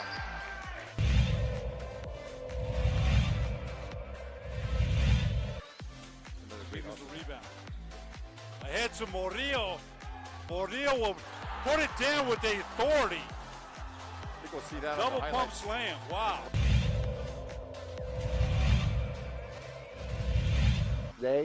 Can I sing him happy birthday? No, by all means. But before I do that, I want to make sure that, like, my papa, my dad, Mike Brown, this one's for you. We love you. Everybody out here loves you. I just want to make sure that you know that. You're the best coach, dad, everything in the world. I just want to make sure you know that. So, Zay, this one's for you, man. Happy birthday to you. Happy birthday to you. Happy birthday, dear Zay, man.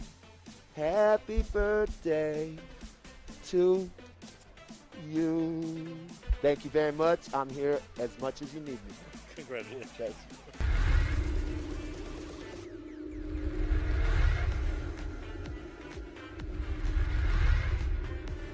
For your business or your home, Valley Fence stands alone. We're number one in New Mexico for a reason. It's the best fence you can own.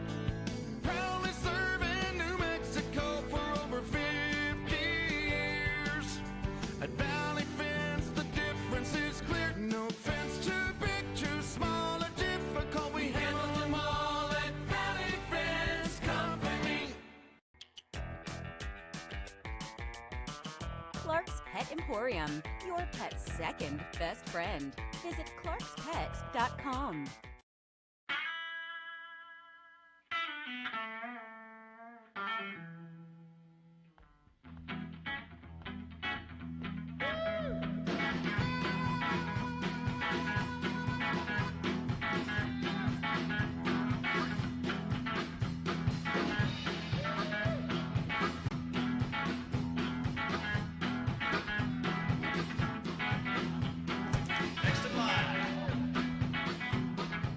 Rudy's is a proud supporter of ProView Networks. Don't sacrifice quality and flavor when you're in a hurry. Golden Pride offers ribs, fried chicken, green and red chili breakfast burritos, and Frontier Cinnabons.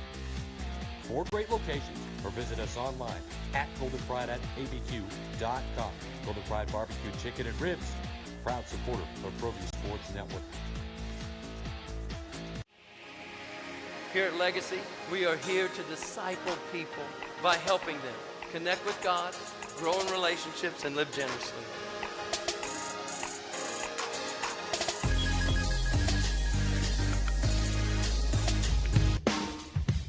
LeBron baseball card sold, or baseball card rookie card sold for $5.2 million. LeBron rookie card, 5.2 million. Like if you bought a card for $5.2 million, you know it's an investment. You're hoping in 10 years to sell it for $8.2 million or whatever. You just have too much money at that point. What do you do? Like you can't display it, or can you? Like what? I mean, you're right. You have too much money. If you got $5.2 million to spend I wish on I a was that card, guy. like first world problems is right. No doubt, no doubt. Probably keep it in your wallet. You're like, oh, look, here's the LeBron James rookie card they bought for $5 million. You want to see it? And what? What? And what? Oh, okay, cool, dude. All right, can you buy me a beer? Phone lines are down, right? Still down. 246-0610. Put it in your phone. Call us another day, I imagine. They're emails, up. Oh, they're up. All right, phone lines Seems are to be back up.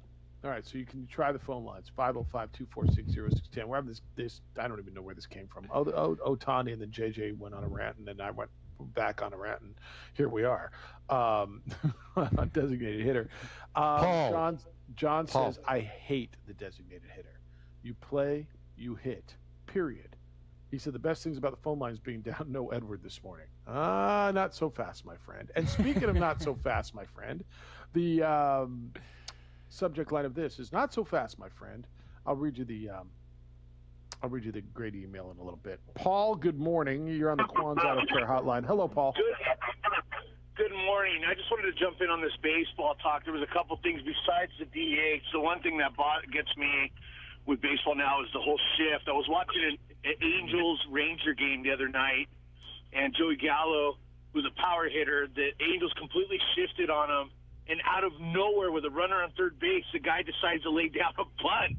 And that was the first time I jumped out of my seat screaming. I'm like, hell yes, that's what baseball is all about.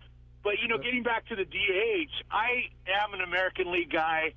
It just gives us an opportunity to see these guys that these power hitting guys extend their careers a little longer.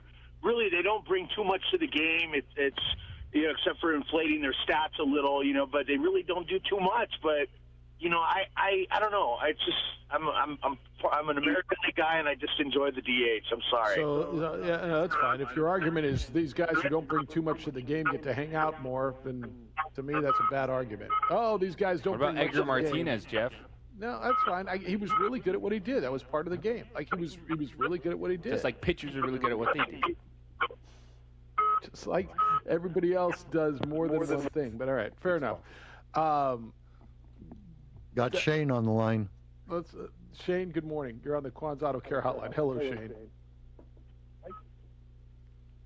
Shane, you with us? Hey, what's up?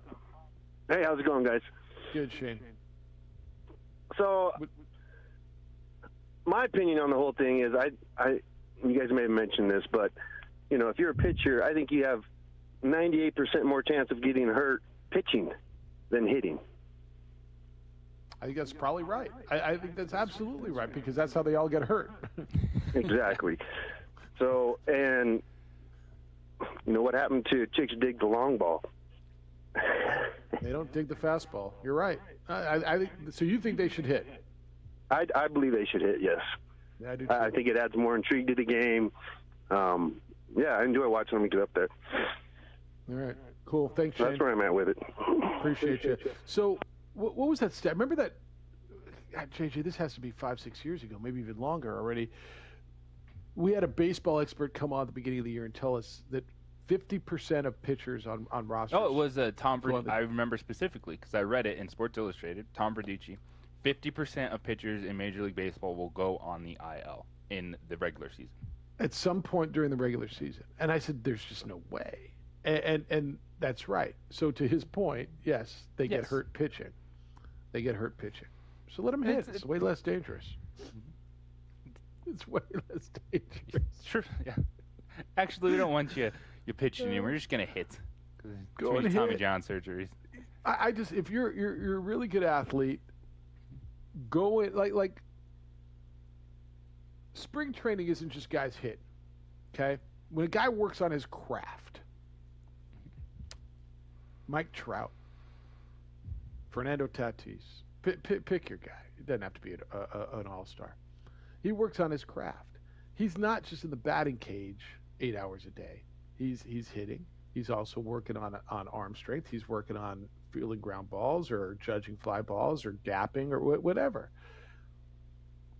Pitcher can go in on 2 of his 5 days off or 4 days off. Music out take in a one. couple cuts. This is one of those where we're both dug in, which is cool, and I'm down with that. And you're on one side or the other on this one. This is political to you and me. You know what chicks dig? The long ball. The long Paycheck. ball. The paycheck. You dig the paycheck. That's a really good point. They do dig the paycheck. So if you're a pitcher making money, not hitting homers, you're fine. Yeah, you got stacks of paper. 30. Good for you. You hit a home run, but look at my paycheck. Fair enough. Look at my rookie card for LeBron. $5.2 million. It's the opening drive. Jeff Siembieda, JJ Buck. Phones are back up. We're on ProView Networks at 95.9 FM and AM 610 Sports Network.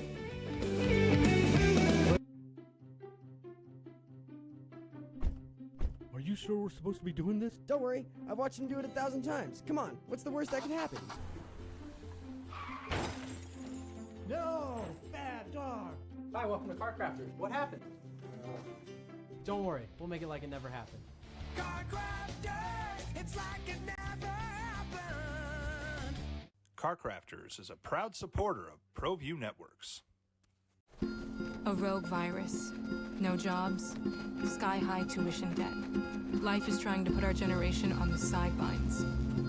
But we refuse to just sit back and watch it pass us by. Instead, watch us fly ahead. Watch us overcome anything. Watch us rise. Watch us change our world.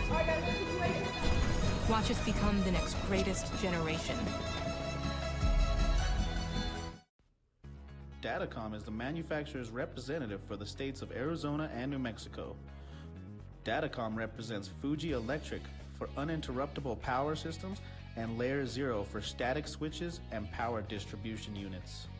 High-Tech Power Protection manufactures dynamic rotary UPS systems up to 3.6 megawatts, individual and 100 megawatts by combining multiple units. Call Louis Ruffin today at 505-507-7722 or go to datacom.com to learn more.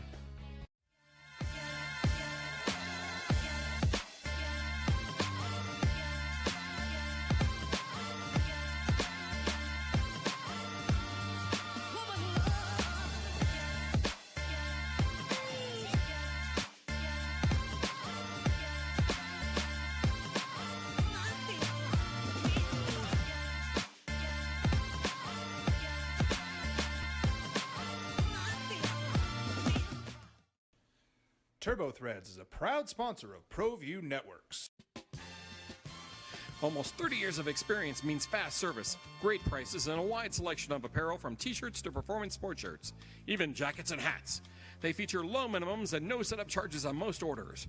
TurboThreads is located at 1503 Golf Course Road in Rio Rancho, or find them on Facebook, online at turbothreads.com, or call 999-1234 for TurboThreads. Jackson Compaction wants to help you keep your green. And keep the community green as well. Jackson Compaction has worked hard to maintain the same prices since day one. Always easy and painless trash removal with professional crews and quality service. If it's non-hazardous waste, debris, or trash on your land, leave it to us. At Jackson Compaction, we're dedicated to ensuring the conservation of our environment. You trash it, we smash it. Jackson Compaction, we've earned a reputation for great results. Clark's Pet Emporium, your pet's second best friend. Visit clarkspet.com.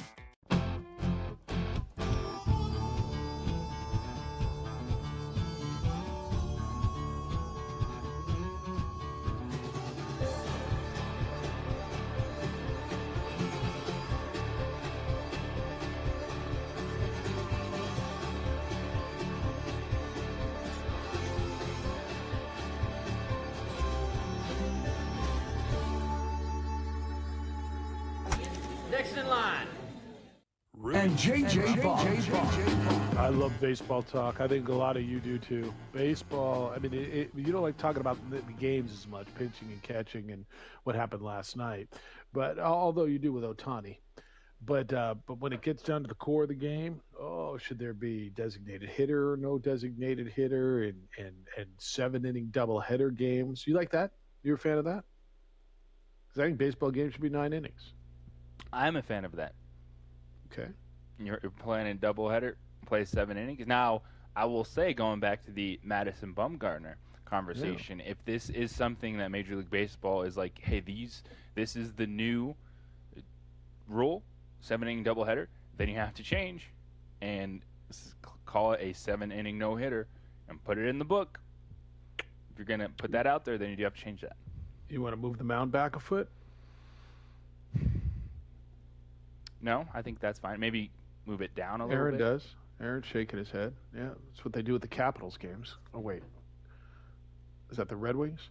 Jeff Siembieda, JJ Buck. Aaron is producing for you on ProView Networks. You can watch the show at ProViewNetworks.com, on our Facebook page, The OD and the AM. There's Bobcat up on your screen now. You can take a look at Robert Cat waving at you. He'll take your calls at 505-246-0610 because the phones are back up. Grady is in on the email device, and he's very passionate about this. He says, not so fast, my friend. Morning show producer runners off of the OD and the AM. Listening to the Shohei Ohtani, something caught my ear. In my best Lee Corso voice, while channeling my inner Jeffrey Candelaria, saying RBI when players have more than one? Not so fast, my friend. Even though players like to say ribbies, RBI is not an acronym. Isn't it an acronym for runs batted in? He says it's not. It's not like NASA or laser. RBI is a singular unit of measure. It stands for a run batted in. When a player has more than one, the R does not magically transform from run to runs. It's like prisoner of war, POW. When there's more than one, we say POWs. Or WMD, when there's more than one, Ds, even when they turn out not to exist. Oh, and Ohtani's legit. I agree with the XTV guy. There is no reason that more Major League pitchers can't be better hitters with multiple homers and RBIs, plural. Enjoying the more of you, less of the callers this morning. Grady in Santa Fe by the way of the beautiful village of Pecos. I'm not sure I think he's right on the RBI thing. How is RBI not an acronym? Runs batted in, or run batted in. Plural of RBI is what? I think he's just splitting hairs. Okay, we do that often. Yeah. I mean, okay. Plural of run batted in would be what? Run batted ins or runs batted in? It's like district. No, not district attorneys. What am I thinking of? Secretaries of state. When there's more than one secretary of state, are they secretary of states or secretaries of state? Secretaries. Yeah. All right, we're playing a stupid game. Okay. I have a suggestion. Is it I before E or what? What's going on here? I have a suggestion on the double headers. Yeah. Why not just make it one game of 14 innings and they count for both games? I don't hate Trying that. to be creative here. Why don't they just play 2 9-inning games like they used to? What was the issue? That'll work for me too. I mean, I don't know. What was the issue? Why did that work? Well, when did we become so soft? When did we become so soft, Jeff? Right? Like we can't Pitchers attend can't sporting hit. events in the fall. It's too cold to play football. Doesn't work for your schedule. Doesn't work for my schedule. Who knows what happened, man? Kind of what you asked the other day, right? When did we become so soft? We can't play. It just doesn't really like. It's a doubleheader, condensed schedule. It's 7 innings. It's okay.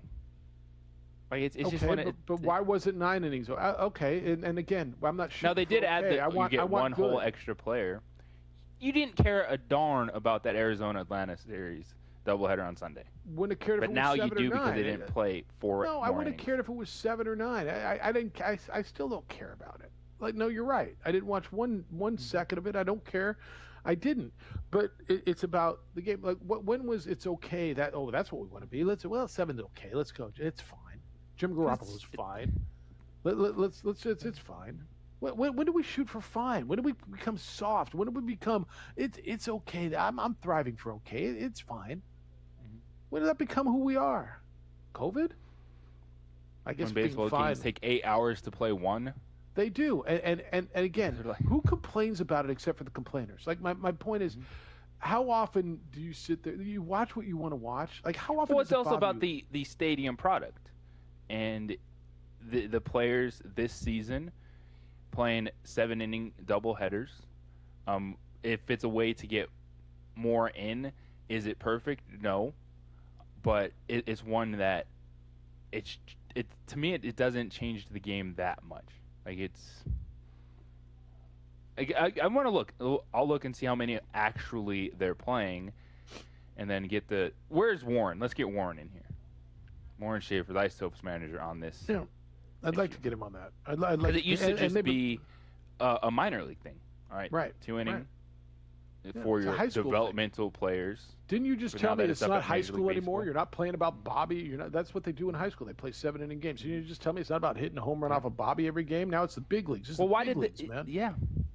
It's the And this big isn't league. one I'm not dead set on this one. Like you could absolutely pull me back to the other side and just say, why don't we just play 9 innings and actually expand the rosters a little bit more then? I think they should Instead of expand just the one. rosters. Yes, I'm with you on that. Like if Like you're I gonna could do- absolutely be pulled back to that. Just Yeah. do it day night, doubleheader, boom, 9 innings. Well, I told you this when we were, I think we went over this about a year and a half ago. So when we were having this conversation about expanding the playoffs, and then it gets into, well, weather's an issue on both sides, right? In April and then in October. And so you could still shorten the season by a week. You could play Saturday doubleheaders. And you could probably shorten it by 2 weeks if you wanted to do it every time. But you could play a day-night doubleheader, and the owners would still get their full gate. You play a day game, so you play it at 1, clear the ballpark. You're going to get a totally different audience. The season ticket holders are going to give away some tickets, whatever. But you'll get a different audience for the Saturday day game, and then you will for the Saturday night game, and you still get your 2 gates. It's a long day of work. I understand for the concession workers, the beer vendors, the hot dog people. I got it. And it's a long day of work for the players. But if you want to be able to expand the playoffs, generate more money, you build in a couple of extra days off throughout the year, and you could build in some of these double headers throughout the year. Now, when you get a day of rain on a Saturday and you lose 2 games, it's really hard to make those up. And I think that's a big reason why they haven't scheduled more double headers. But there's ways around it. But you're on your day-night thing. You're right. Because the revenue, the gate is a big deal. And play 2 9-inning games. Bring up a couple extra pitchers. Oh, but they can't hit. So then you'd have to bring up a couple extra hitters too. Well, this is a situation too. I was going back and looking at it, and a lot of it this year was due to they were worried they were going to lose more games to COVID, and True. so this Well, I was understand that. in here I understand to why make it's up going now. games. Yeah. So this was the 7 innings this year was still kind of be like, I don't know what the schedule is going to be like. Are we going to have COVID suspensions, etc.? Yeah, and that's why I don't know if this is a permanent thing, right? And I don't think that they've decided if this is permanent or not, correct? Not yet. All right. You want to get into another argument? What is that? All right, when we come back, this was last week's argument. Is Julian Edelman a Hall of Famer? Well, a guy that a lot of you have questioned whether or not he should be a Hall of Famer, who, by the way, says absolutely he's a Hall of Famer. Yeah, but can he hit? It's the opening drive on 95.9 FM or AM 610 The Sports Animal. A supporter of ProView Networks. At New Mexico Highlands University, you're more than a student, you're family. Whether you're taking courses in Las Vegas, Santa Fe, Rio Rancho, Albuquerque, or Farmington, you'll get that one-on-one attention to inspire you to reach your goals. Let New Mexico Highlands help take your passion and accelerate it into a career and fulfilling life path. Find out why New Mexico Highlands is the right choice for you. Log on to NewMexicoHighlands.com today. Well, I'm going to the frontier, walking to the cashier, order up a root beer and a number 1. Cover it with green stuff, 1 scoop is not enough. Find a booth that's real tough, backed by the Duke. Meet my family, meet my friends in the quirkiest restaurant I have ever been. All of Albuquerque's favorite spot. It's the Frontier Restaurant. The Frontier Restaurant is a proud supporter of ProView Networks.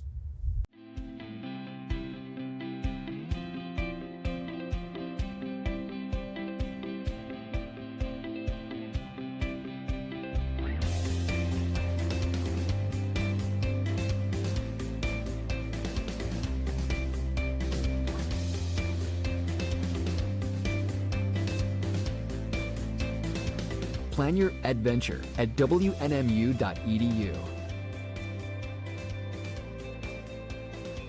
Calling all football players, are you looking to develop your skills this season? It's never too late or too early to put in the work.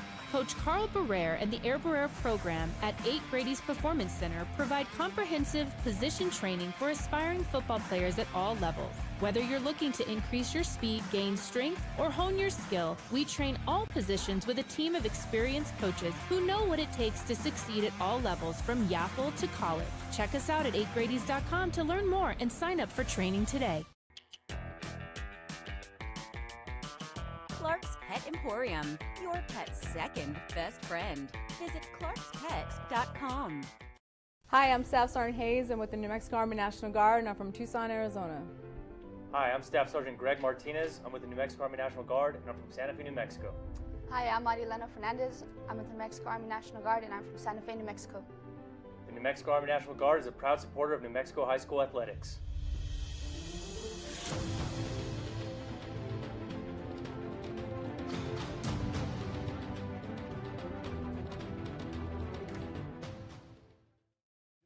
Jeff Siembieda, JJ Buck. Micah, Josh produces for you today over on the ProView Network side, where you can watch the show worldwide on ProViewNetworks.com or statewide on Comcast Channel 26. Hey, welcome to the Steve Davis Show. Good morning and welcome to Sports Desk Live on Comcast Channel 26.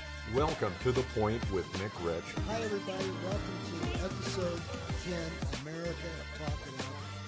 I'm Pastor Flora Padilla of Mending Broken Hearts. Welcome to Henry T. Game Face Live, Comcast 26, and Big Bad ProView Network. Often imitated, never duplicated. Welcome to Local Focus with Sebastian Noel. Welcome, sports fans. It's that time of the week again. You are watching the Weekly Rundown. Hey, welcome to Red Menace TV here on ProView Network. Hello, I'm Steve Davis. You are watching Public Access TV.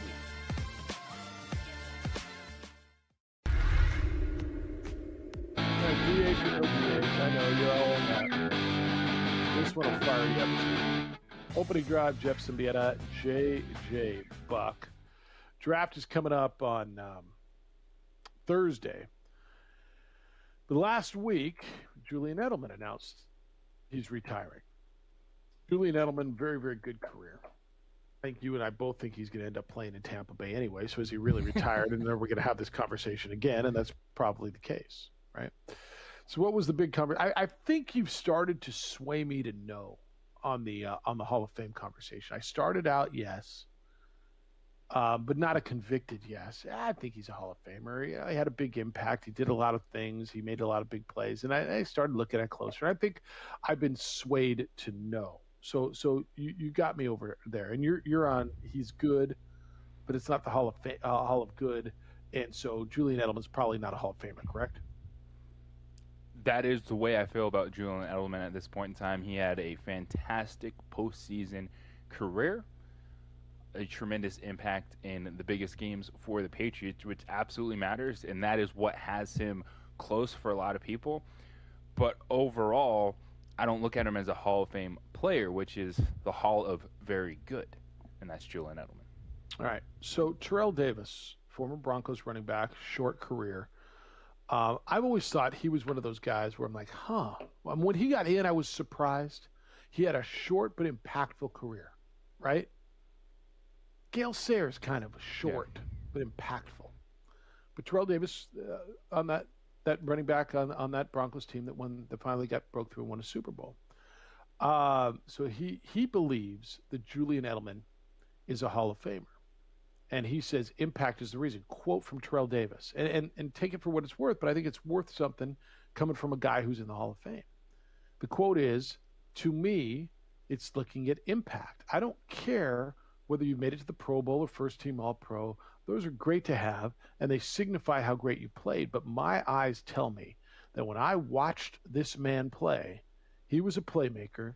He was a difference maker, end quote. This is where the subjectivity of all this comes into play, right? There's no definition of what a Hall of Famer is. There's no definition on how to vote. We have this conversation a lot with the MVP race. Terrell Davis pointed to the fingertip catch that Edelman made in the Patriots win in Super Bowl, 51? Other examples of his impact, that game-winning score in the win over the Seahawks, the 141 yards in the MVP in the win over the Rams. Does it carry more weight when a guy who's in the Hall says it than a bunch of idiots like you and me? Yes, it does. When athletes notice something along those lines. And I will say, I think some of it too, Terrell Davis, because people questioned him and didn't think he played long enough. But I don't necessarily think that the Hall of Fame is just about longevity. It's Terrell Davis, his point on impact. Because we're not asking running backs to have a 14-year career in the NFL. That's just not going to be the thing. And so you look at impact, and Terrell Davis, to his point, he had a tremendous impact in his career at the perfect time for the Denver Broncos when they were winning the Super Bowls. So I do think Julian Edelman's Hall of Fame case is a lot closer than some people want it to be.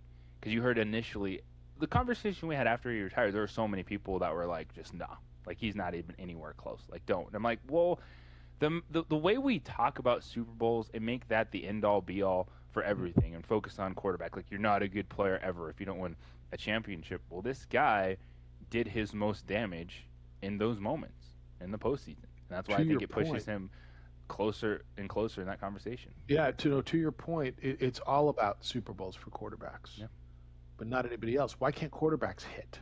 I'm sorry, that's something different. Why is nobody else? You're absolutely right. No other position, except for head coach, which isn't a position, is judged on Super Bowls, right? Do you judge Gale Sayers, Emmitt Smith, Franco Harris on how many Super Bowls, or do you think about what they did? Jerome Bettis, Eric Dickerson. Eric Dickerson didn't win a Super Bowl, right? So maybe you shouldn't, or if you say, well, if we're going to judge quarterbacks on the impact and Super Bowls, look where this guy, is it shined or shone? This guy was there. Something to it. There's really something to it. Ryan, there is, but I still. Oh, sorry. Yeah, you said the best comparison I can come up with in an argument is Deion Branch, a Hall of Famer. Very similar stats, both Super Bowl MVPs for the Patriots, played one less year. And I think we would all say the answer is no, right? And that is why even with, like, I see how it can be close. I see the impact he had in the postseason, but I also don't think we can put someone in the Hall of Fame for 15 games. That was his playoff career, 15 games. Well, but that's not the entirety. That's part of the argument. That's part of the resume. That's part of the conversation. And then you look at his regular season numbers and what he did, and he had impact. 3 1,000-yard seasons. Yeah, no, I get it. And that's why you've got me leaning the way that he's not a Hall of Famer. Yeah. So good player, fantastic. But then combine it. Then combine it. Now you put the whole thing. What's the body of work, right? Mm-hmm. Put the whole thing together, then and then you make the decision. I think you've got me to the point where he's not. Incredibly he had impactful. 2 100-plus catch seasons, 3 1,000-yard seasons. But was he ever the best player on that team? Was he ever, so there's a lot of guys in the hall that were never the best player on their team. Was Terrell Davis the best player on that team? Was John Elway? Well, John Elway, but I think you could, there was a point in that run that even John Elway at the end, it was Terrell Davis, the best offensive player they had. Now, I guess you could say Shannon Sharp, or Rod Smith and McCaffrey were good, but I don't think we ever thought those guys were, like, wow. Yeah. And that's Edelman, man. I think he's fantastic. He had a great postseason career. That's why it's going to push him close. But you can be good in this game and not be a Hall of Famer. And it's okay, by the way. Yes. Like that's okay. You still had a really good career, made a lot of money, won championships, had a lot of fun, lived a life, and just you're not in the Hall of Fame. And I get it. That HOF, like if you ever, we've had guys come in for the New Mexico Bowl, and they do all those autograph signings, and those guys that put HOF in their year at the end of it, it's a big deal, right? Every autograph they sign, Jim Kelly, HOF, whatever the year was, Tim Brown, HOF, Warren Moon, HO, right? It's a big, like, I get it. I understand why it's such a big deal.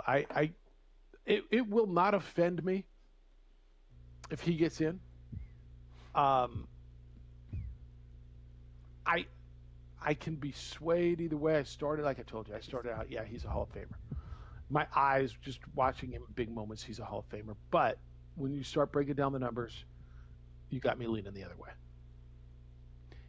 Yeah, the overall resume, good, not Hall of Fame worthy, and that's okay. We can look at Julian Edelman as one of the best postseason performers. He's also catching passes from the GOAT, and he stepped up. And that catch against the Falcons, to me, is even better than the helmet catch.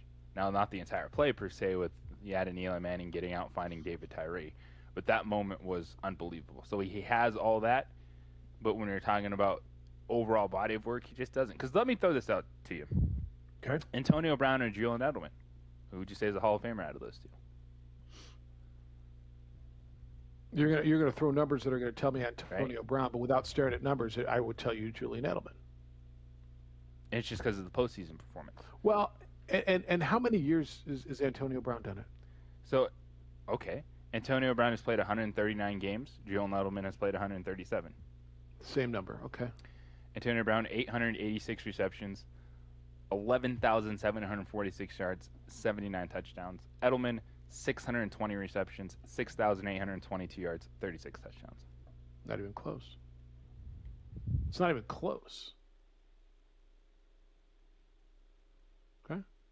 Now, are either one of them Hall of Famers? Is what it really comes down to. And don't think this won't play into it. Who's a better guy? Edwards on the line. Edwards. Who's voting for it? Who's a better guy? Right? I mean, Julian Edelman came across as the ultimate teammate, the ultimate overachiever.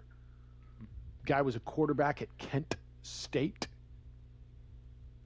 Undersized. Didn't look like most receivers look like. Does that play into any of it? Overcoming physical whatever. I mean, he was a fantastic athlete. He's a fantastic athlete. He was probably stereotyped for being a shorter white guy. No question. There's no doubt. If you go from quarterback to NFL wide receiver, you are a unbelievable athlete. But pitchers can't hit. Can't hit. Not everyone is that good athletically. I agree with you on the athlete thing. And you're absolutely right. He was stereotyped.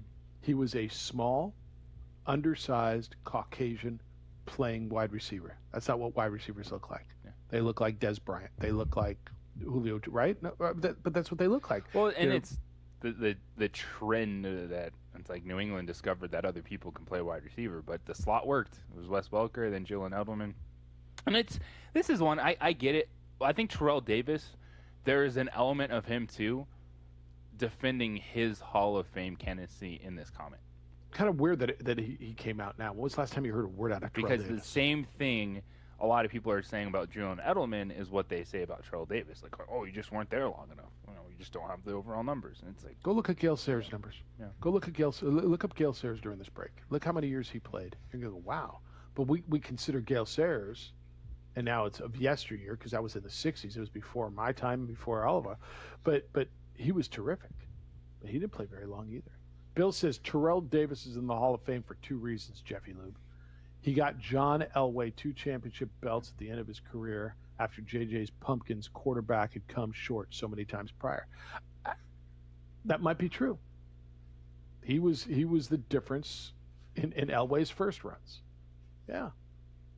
All right, 505-246-0610. The phones are open, I believe.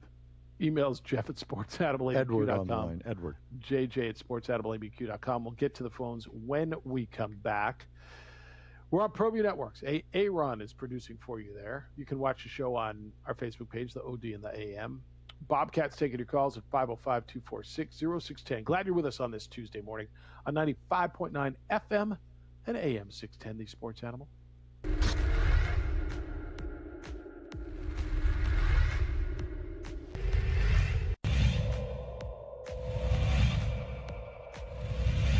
I like Trujillo a lot. I watched him play last year. Murillo puts it on the deck, high window, and scores.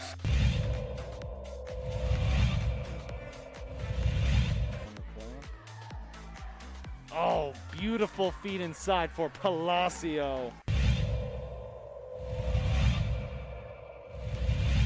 Staying, and she's going to anticipate that pass and get a steal. Good job, coach, leaving her in the game. Little Euro step as the defense goes by.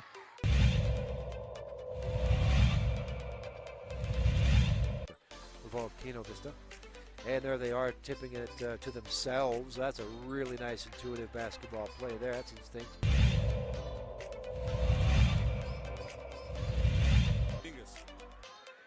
Great pass to Richardson. Layups up and it's good. What a pass by Dominguez. Good job by Asia Mir. Splits two defenders, puts it up, scores, and is fouled.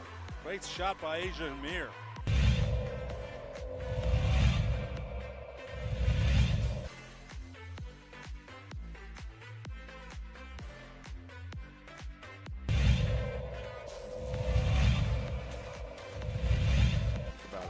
Dangerous pass. Johnson in transition. Look at him burst through with a hammer jam.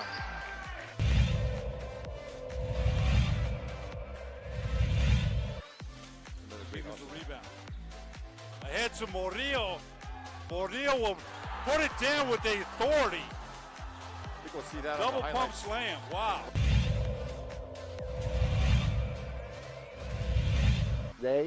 Can I sing him happy birthday? No, by all means. But before I do that, I want to make sure that, like, my papa, my dad, Mike Brown, this one's for you. We love you. Everybody out here loves you. I just want to make sure that you know that. You're the best coach, dad, everything in the world. I just want to make sure you know that.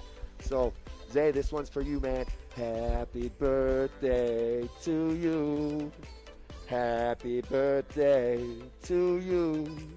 Happy birthday, dear Zay, man. Happy birthday to you. Thank you very much. I'm here as much as you need me. Congratulations.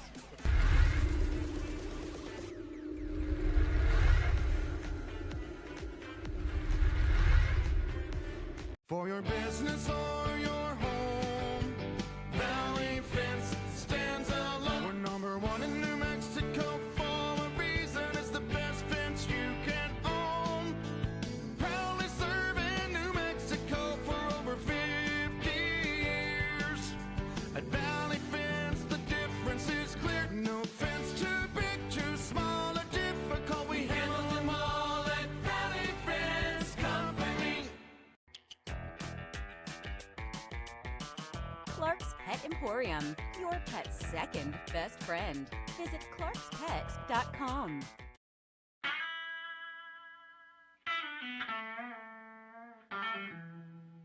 The Sports Animal. Yeah, but pitchers can't hit. The Cajun hit the baseball. 505-246-0610. Would you look up? I saw you very busy during the break. What were you looking at? You looking at Gale Sayre stats or? Reading some stuff. Some stories.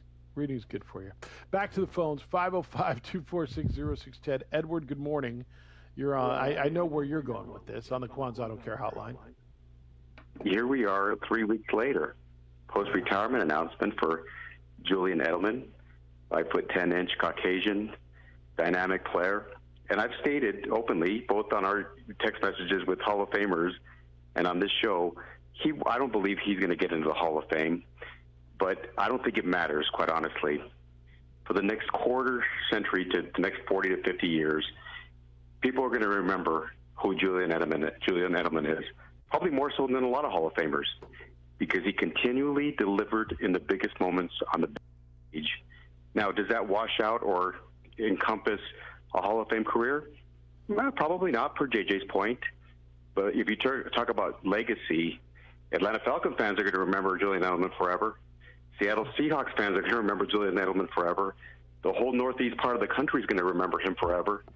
And I think that's more important. I looked at some of the Hall of Fame wide receivers, like Lance Allworth, who was amazing in those powder blue uniforms, San Diego Charger uniforms. And you can go down a list of Hall of Fame receivers. Even the two Steeler receivers, Lynn Swann, who made those phenomenal catches in those two Super Bowls against the Cowboys. And John Stallworth, who remembers him unless you're a big Pittsburgh Steeler fan or NFL football fan of the 70s. So it's kind of hit and miss, but I was thrilled to see the 10-year career of Julian Edelman as a Patriots fan and as an NFL fan, and I just don't think it matters that much if he makes it in or not. Maybe 10 personally, but he's always going to be that Super Bowl MVP, and when they roll out those Super Bowl MVPs on the field periodically during the Super Bowl, he'll be front and center with Montana and Brady and Staubach, and you can go down the list. And I think that's an honor. A few weeks ago, when you were out, Jeff, Ned James, I really enjoyed Ned. He's very humorous and he shares good stories. He almost lost all bit of credibility as an NFL content expert when he told JJ, and he talked about it for at least a day, if not two, that the quarterback was the most overrated position in the NFL and the most overrated athlete. This whole draft, and by the way, that's not a knock on Ned. Ned's a dynamic person, and he's very entertaining. So if you're listening, Ned. Point? And he's a quarterback.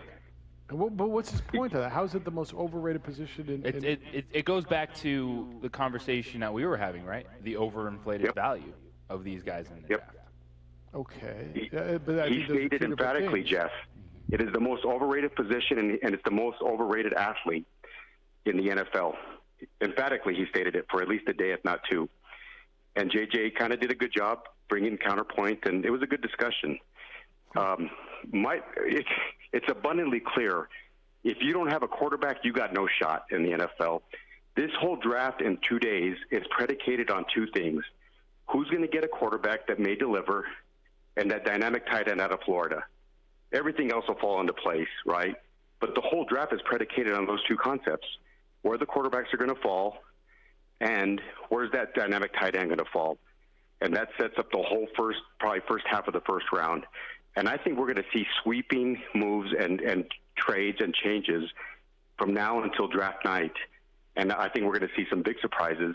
And I'll tell you what, the New England Patriots, they may move up, and they may land one of those guys. Hopefully, the guy from Ohio State, or Trey Lance, and position themselves in the next few years to have a pretty dynamic quarterback. But good content. Hey, by the way, are those Dodger-Padre games not the freaking best thing ever? They're good. I didn't watch one Major League Baseball game last year. Good April baseball. I've already watched 2 or 3. Yeah, it's amazing. It's really good. So much fun. All right, man. Anyway, thanks for letting me share my thoughts. Have a good day, guys. It's good April baseball. I want to get Terry in, but then I want to hear the concept on it because I'm not sure how I can get there. Terry, good morning. You're on the Quan's Auto Care Hotline. Hi, Terry.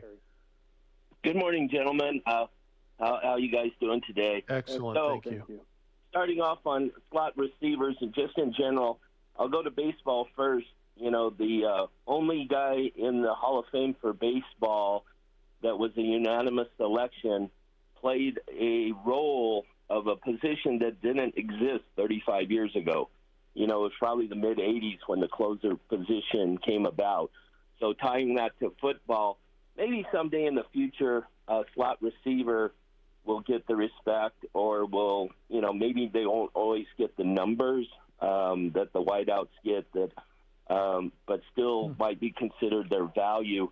I think the bigger issue, because yes, Edelman I don't think gets in, but we could compare and ask people whose career would you rather have, Edelman or Tony Gonzalez? And Tony Gonzalez made some playoff games, but never Super Bowl and all that, but he's obviously Hall of Famer. Or be Joe Thomas, who will be a first-ballot Hall of Famer and never got to play in a playoff game. And people will think differently, and some will be like, no, I want that yellow jacket. And other people would be like, no, being a champion, is what it's all about. So people can disagree, but, it's an enjoyable conversation. But I think Welker probably had a better chance at the Hall of Fame, except he couldn't catch the ball in the Super Bowl. And, he had great regular season numbers, and then the second Giant game where he had that horrific drop. But it's a position maybe like a Devontae Smith.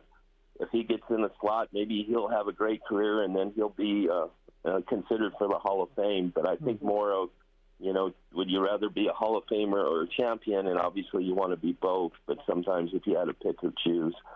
So you guys have a great day. But, last on baseball, fine, Jeff. Strategy used to be around 50 years ago, and pitchers could bunt and move runners over and everything. But I think, you could ask any hitter, if you could only hit twice every 5 days, how good would you be? And, you still might want to have it in the game, but it's a lot easier to play every day like Ohtani gets to play and then hit the ball. So you guys have a great day.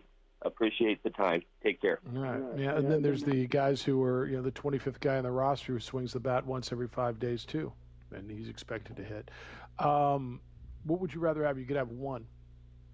Super Bowl ring or a gold jacket? What do you want? Everyone's going to say Super Bowl ring, but there's a lot of people out there with rings that did nothing. And and that's why that's one of the ones you can't just blatantly say, I'm going to be a champion. You want to have an impact. Like, you want a career. That's why it's not so easy. Yeah. That's why it's not an easy answer. No, I mean, you want to be. You the backup quarterback on that Super Bowl team? That's cool. You got a ring. You didn't do anything. Drew Bledsoe got man. One. Yeah, I know. There's a lot of. I don't. That's not an easy answer, because the right answer is champion. The right answer is a ring, right? The political. Oh yeah, no, you're a team guy. Everybody's got an ego, man. You want to be on that stage. You want to see your bust. You want to put on that jacket. You want to give that speech. You want to be in the Hall of Fame. Like, I think the politically correct answer. Oh no, I want to be a champion. And I think everybody wants to be a champion. Down deep, everybody would love to be recognized. No, and an athlete being a Hall of Famer matters. So that is, Edward was absolutely a swing and a miss on that comment. Like, we're gonna remember him in New England. Hall of Fame, that impacts those dudes. Like, why do you? It's a big deal. Like, Charles Barkley, he didn't win a championship, but that you don't think that his career matters, and those are the things that I think this is going to be fascinating, because the impact that he had in the postseason, it's similar to a Terrell Davis. I think that's why Terrell Davis spoke out, because he sees himself in Julian Edelman. Like, that was his career. Right. He didn't have like all-time great numbers, but as one of the emailers mentioned, like, Terrell Davis came in at the right time to win Super Bowls with the Denver Broncos and got into the Hall of Fame. And it makes them a lot of money. That gold jacket makes them a lot of money. Their speaking engagement costs become more lucrative. I mean, everything about what they do, that HOF, that gold jacket, makes you a lot of money the rest of your life. All right, 505-246-0610. So the two, one more heated than the other. Yay or nay on the DA? Why can't pitchers hit? This whole, they're specialized. I just don't buy it. Everybody else is specialized too. Catcher's pretty specialized. I mean, who can catch? Yeah. Who can go catch? But yet he still has to hit, doesn't he? You think it's easy just to stand behind there, put on all that gear, and hard on the knees? That's a skill, man. Oh, but he still hits. It's pretty well. I can't buy it. 505-246-0610. Mookie Betts better close out games. Kenley Jansen gets in trouble. I bet he could, almost as good as Kenley Jansen on the opening drive on 95.9 FM and AM 610, the Sports Animal. And return, thank you.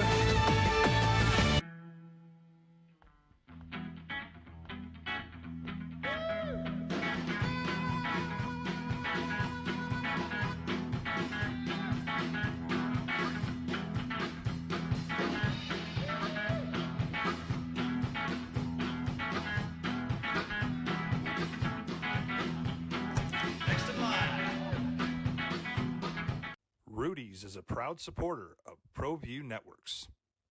Don't sacrifice quality of flavor when you're in a hurry. Golden Pride offers ribs, fried chicken, green and red chili breakfast burritos, and Frontier Cinnabons. 4 great locations, or visit us online at goldenpride@abq.com. Golden Pride Barbecue Chicken and Ribs, proud supporter of ProView Sports Network.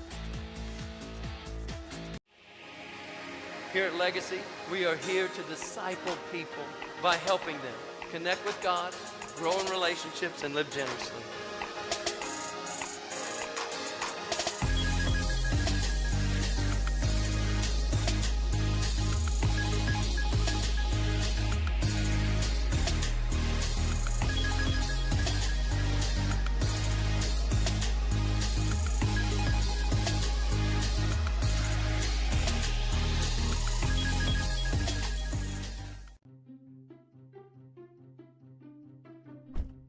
Are you sure we're supposed to be doing this? Don't worry, I've watched him do it 1,000 times. Come on, what's the worst that could happen? No! Bad dog! Hi, welcome to Car Crafters. What happened? Don't worry, we'll make it like it never happened. Car Crafters, it's like it never happened. Car Crafters is a proud supporter of ProView Networks. A rogue virus, no jobs, sky-high tuition debt. Life is trying to put our generation on the sidelines. But we refuse to just sit back and watch it pass us by. Instead, watch us fly ahead. Watch us overcome anything. Watch us rise. Watch us change our world. Watch us become the next greatest generation. Datacom is the manufacturer's representative for the states of Arizona and New Mexico. Datacom represents Fuji Electric for uninterruptible power systems and Layer 0 for static switches and power distribution units. High-Tech Power Protection manufactures dynamic rotary UPS systems up to 3.6 megawatts, individual and 100 megawatts by combining multiple units.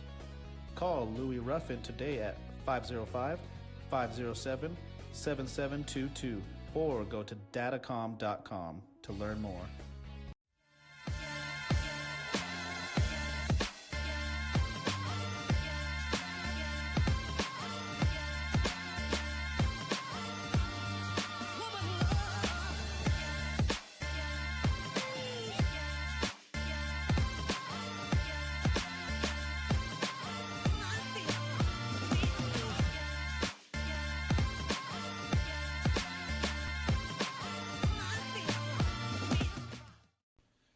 TurboThreads is a proud sponsor of ProView Networks.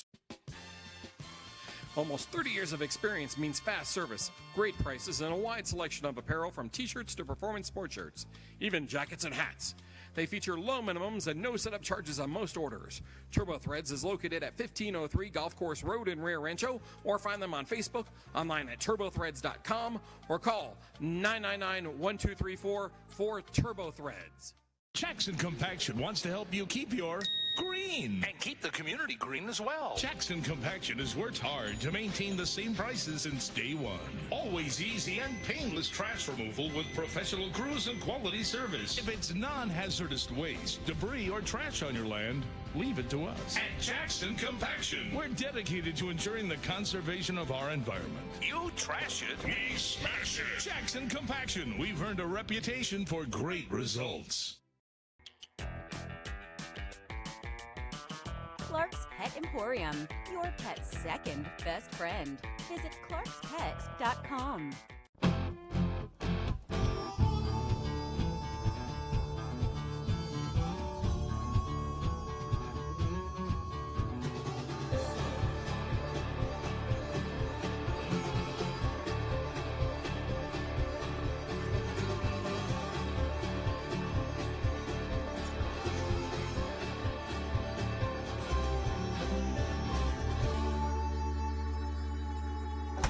Next in line. Rudy's is a proud supporter of ProView Networks. At New Mexico Highlands University, you're more than a student, you're your family. Whether you're taking courses in Las Vegas, Santa Fe, Rio Rancho, Albuquerque, or Farmington, you'll get that one-on-one attention to inspire you to reach your goals. Let New Mexico Highlands help take your passion and accelerate it into a career and fulfilling life path. Find out why New Mexico Highlands is the right choice for you. Log on to NewMexicoHighlands.com today. Well, I'm going to the frontier, walking to the cashier, order up a root beer and a number one. Cover it with green stuff, one scoop is not enough. Find a booth is real tough, backed by the Duke. Meet my family, meet my friends in the quirkiest restaurant I have ever been. All of Albuquerque's favorite spot, it's the Frontier Restaurant. The Frontier Restaurant is a proud supporter of ProView Networks. The Sports Animal. The Pac-12 has been kind of on the cutting edge of a lot of things in college athletics, right, JJ? Or at least they try to be. They try to be edgier. They try to push the envelope. Why you smile? You know where I'm going with this? No, I don't know where you're going, but it's kind of funny to say that and then look at what happened to Larry Scott. Well, and so that's kind of where I'm going. Is they as they continue their search for a replacement for their commissioner, Larry Scott, what are they going to do? And some names are starting to emerge as candidates, and they're looking for the presidents and the chancellors. This is a story in the San Jose Mercury News, are deeply interested in hiring someone from the sports business world who will be able to maximize revenue opportunities, which is going to start with the media rights that are going to start here in the next year and a half to 2 years. But they also want a leader who understands the challenges and the needs on all of their very diverse campuses throughout the Western United States. And so they've cited a source in this story that says that the presidents people who are going to be hiring this person have not identified a candidate who meets the standards for both criteria. And so they're mulling what would effectively be a package deal. So they're looking, maybe there's an unprecedented structure. A sports business specialist would be hired to sit atop the conference as the official commissioner. So that would be like sports business, the bean counting kind of a thing, the money guy. And then the presidents would also hire someone to serve as like a co-commissioner who would work directly with the athletic directors. So it sounds like the campuses wouldn't necessarily, the athletic director wouldn't deal directly with the commissioner as much as this co-commissioner. And the commissioner, the co-commissioner would be liaisons to the AD, and they would be hired together. A name that has surfaced for the commissioner job, and you're not going to know this name, I don't believe, I didn't, Amy Brooks. But just the fact that her name is Amy is groundbreaking in the fact that would they go with a female to run the Pac-12. She's a former Stanford basketball player. She's in the NBA now as the president for business operations and the chief innovation officer at the NBA. So they're looking at a very diverse candidate pool. At some point, there's going to be a female commissioner, right, in one of these leagues, and you would figure the Pac-12 would probably be the first one. That's when it's like you got male sports, you have female sports. Yeah. What should it matter? But we're still at the point where it would be... Well, it's football, men's basketball dominated. Wow. Fantastic. But you don't have to, be specific to be good at your overall job. And hearing that and hearing her position, that seems perfect with what the Pac-12 wants to do moving forward. So she has never worked in college sports.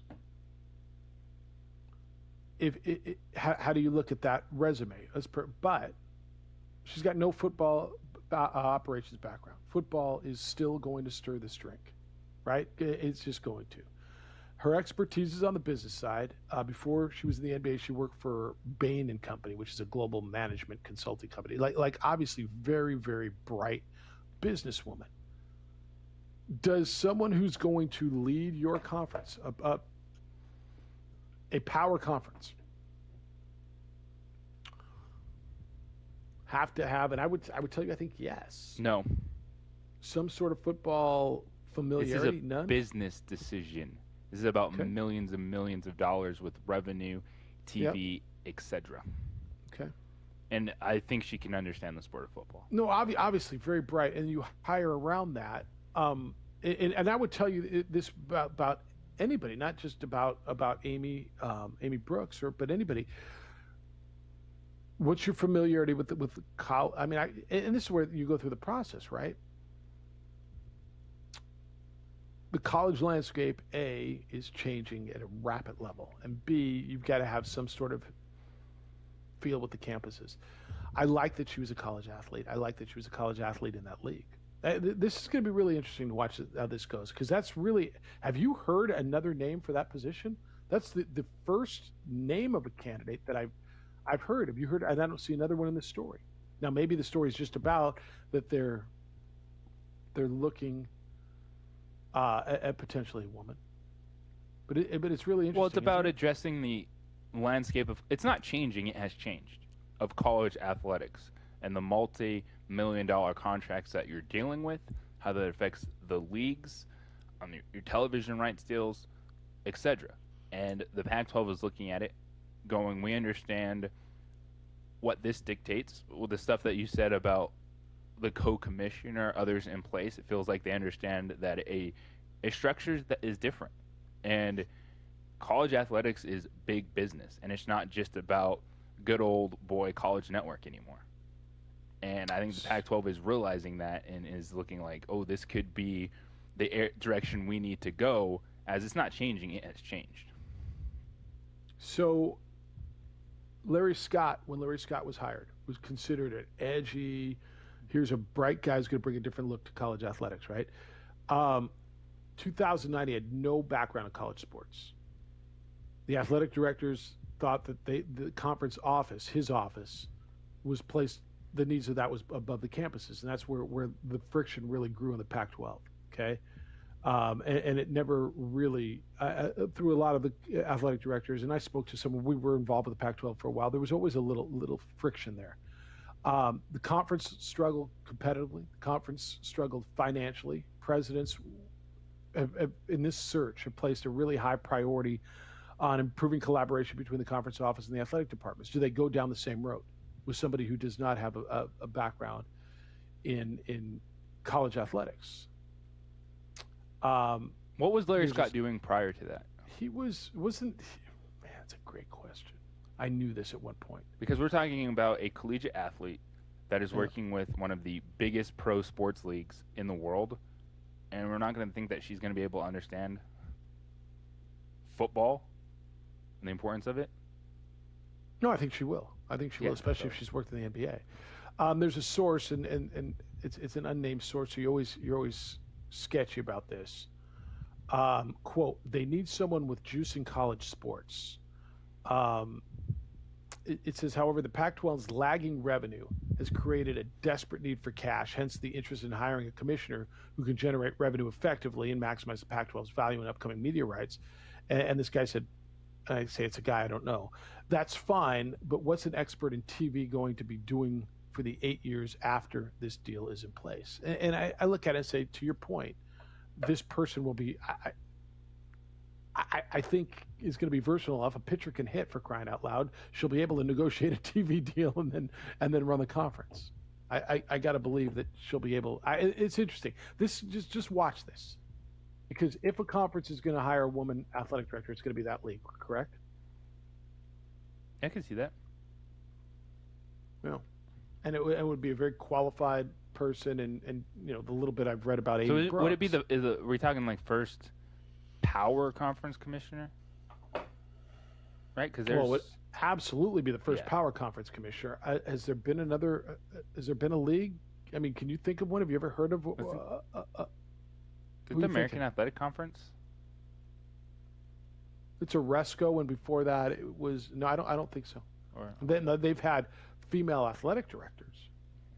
There's been a number of female, very good ones, very good ones. But I don't think that there's ever been a, and I could be wrong, but I don't believe so. All right. Trade in the National Football League this morning. It's an offensive lineman, Eric Flowers, goes back to the Washington football team from Miami. I don't think that's going to a $30 million contract, but I don't know that that's going to break anybody's world. When we hit tomorrow, we're going to be a day away, and stuff. You're going to see all kinds of rumors and stuff and more. Did you find anything as far as another woman who's an athletic director, or not athletic director, commissioner of a conference? Oh. Yeah, I have nothing. Right. Yeah, I don't think there was one. But we'll find. Well, it says 11 of the 32 D1 conference commissioners were women. Is that right? Yeah. Okay. Well, then this would be the first. Yeah, it was Conference USA that I was thinking. Yeah, that's right. Of course it is. Duh. Yes. I mean, we work with them. I mean, how dumb am I? Yes. Yes. Yes. All right. What do I got tonight? I get Reds. Do I get Reds Dodgers? I get Reds Dodgers. More Reds Dodgers.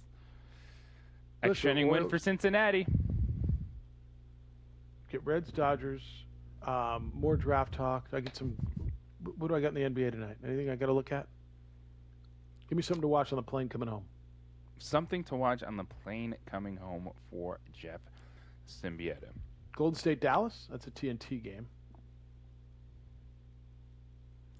There's nothing that gets me excited. I would say it's Golden State Brooklyn, Dallas. Yeah, there's nothing gets me excited. Steph Curry.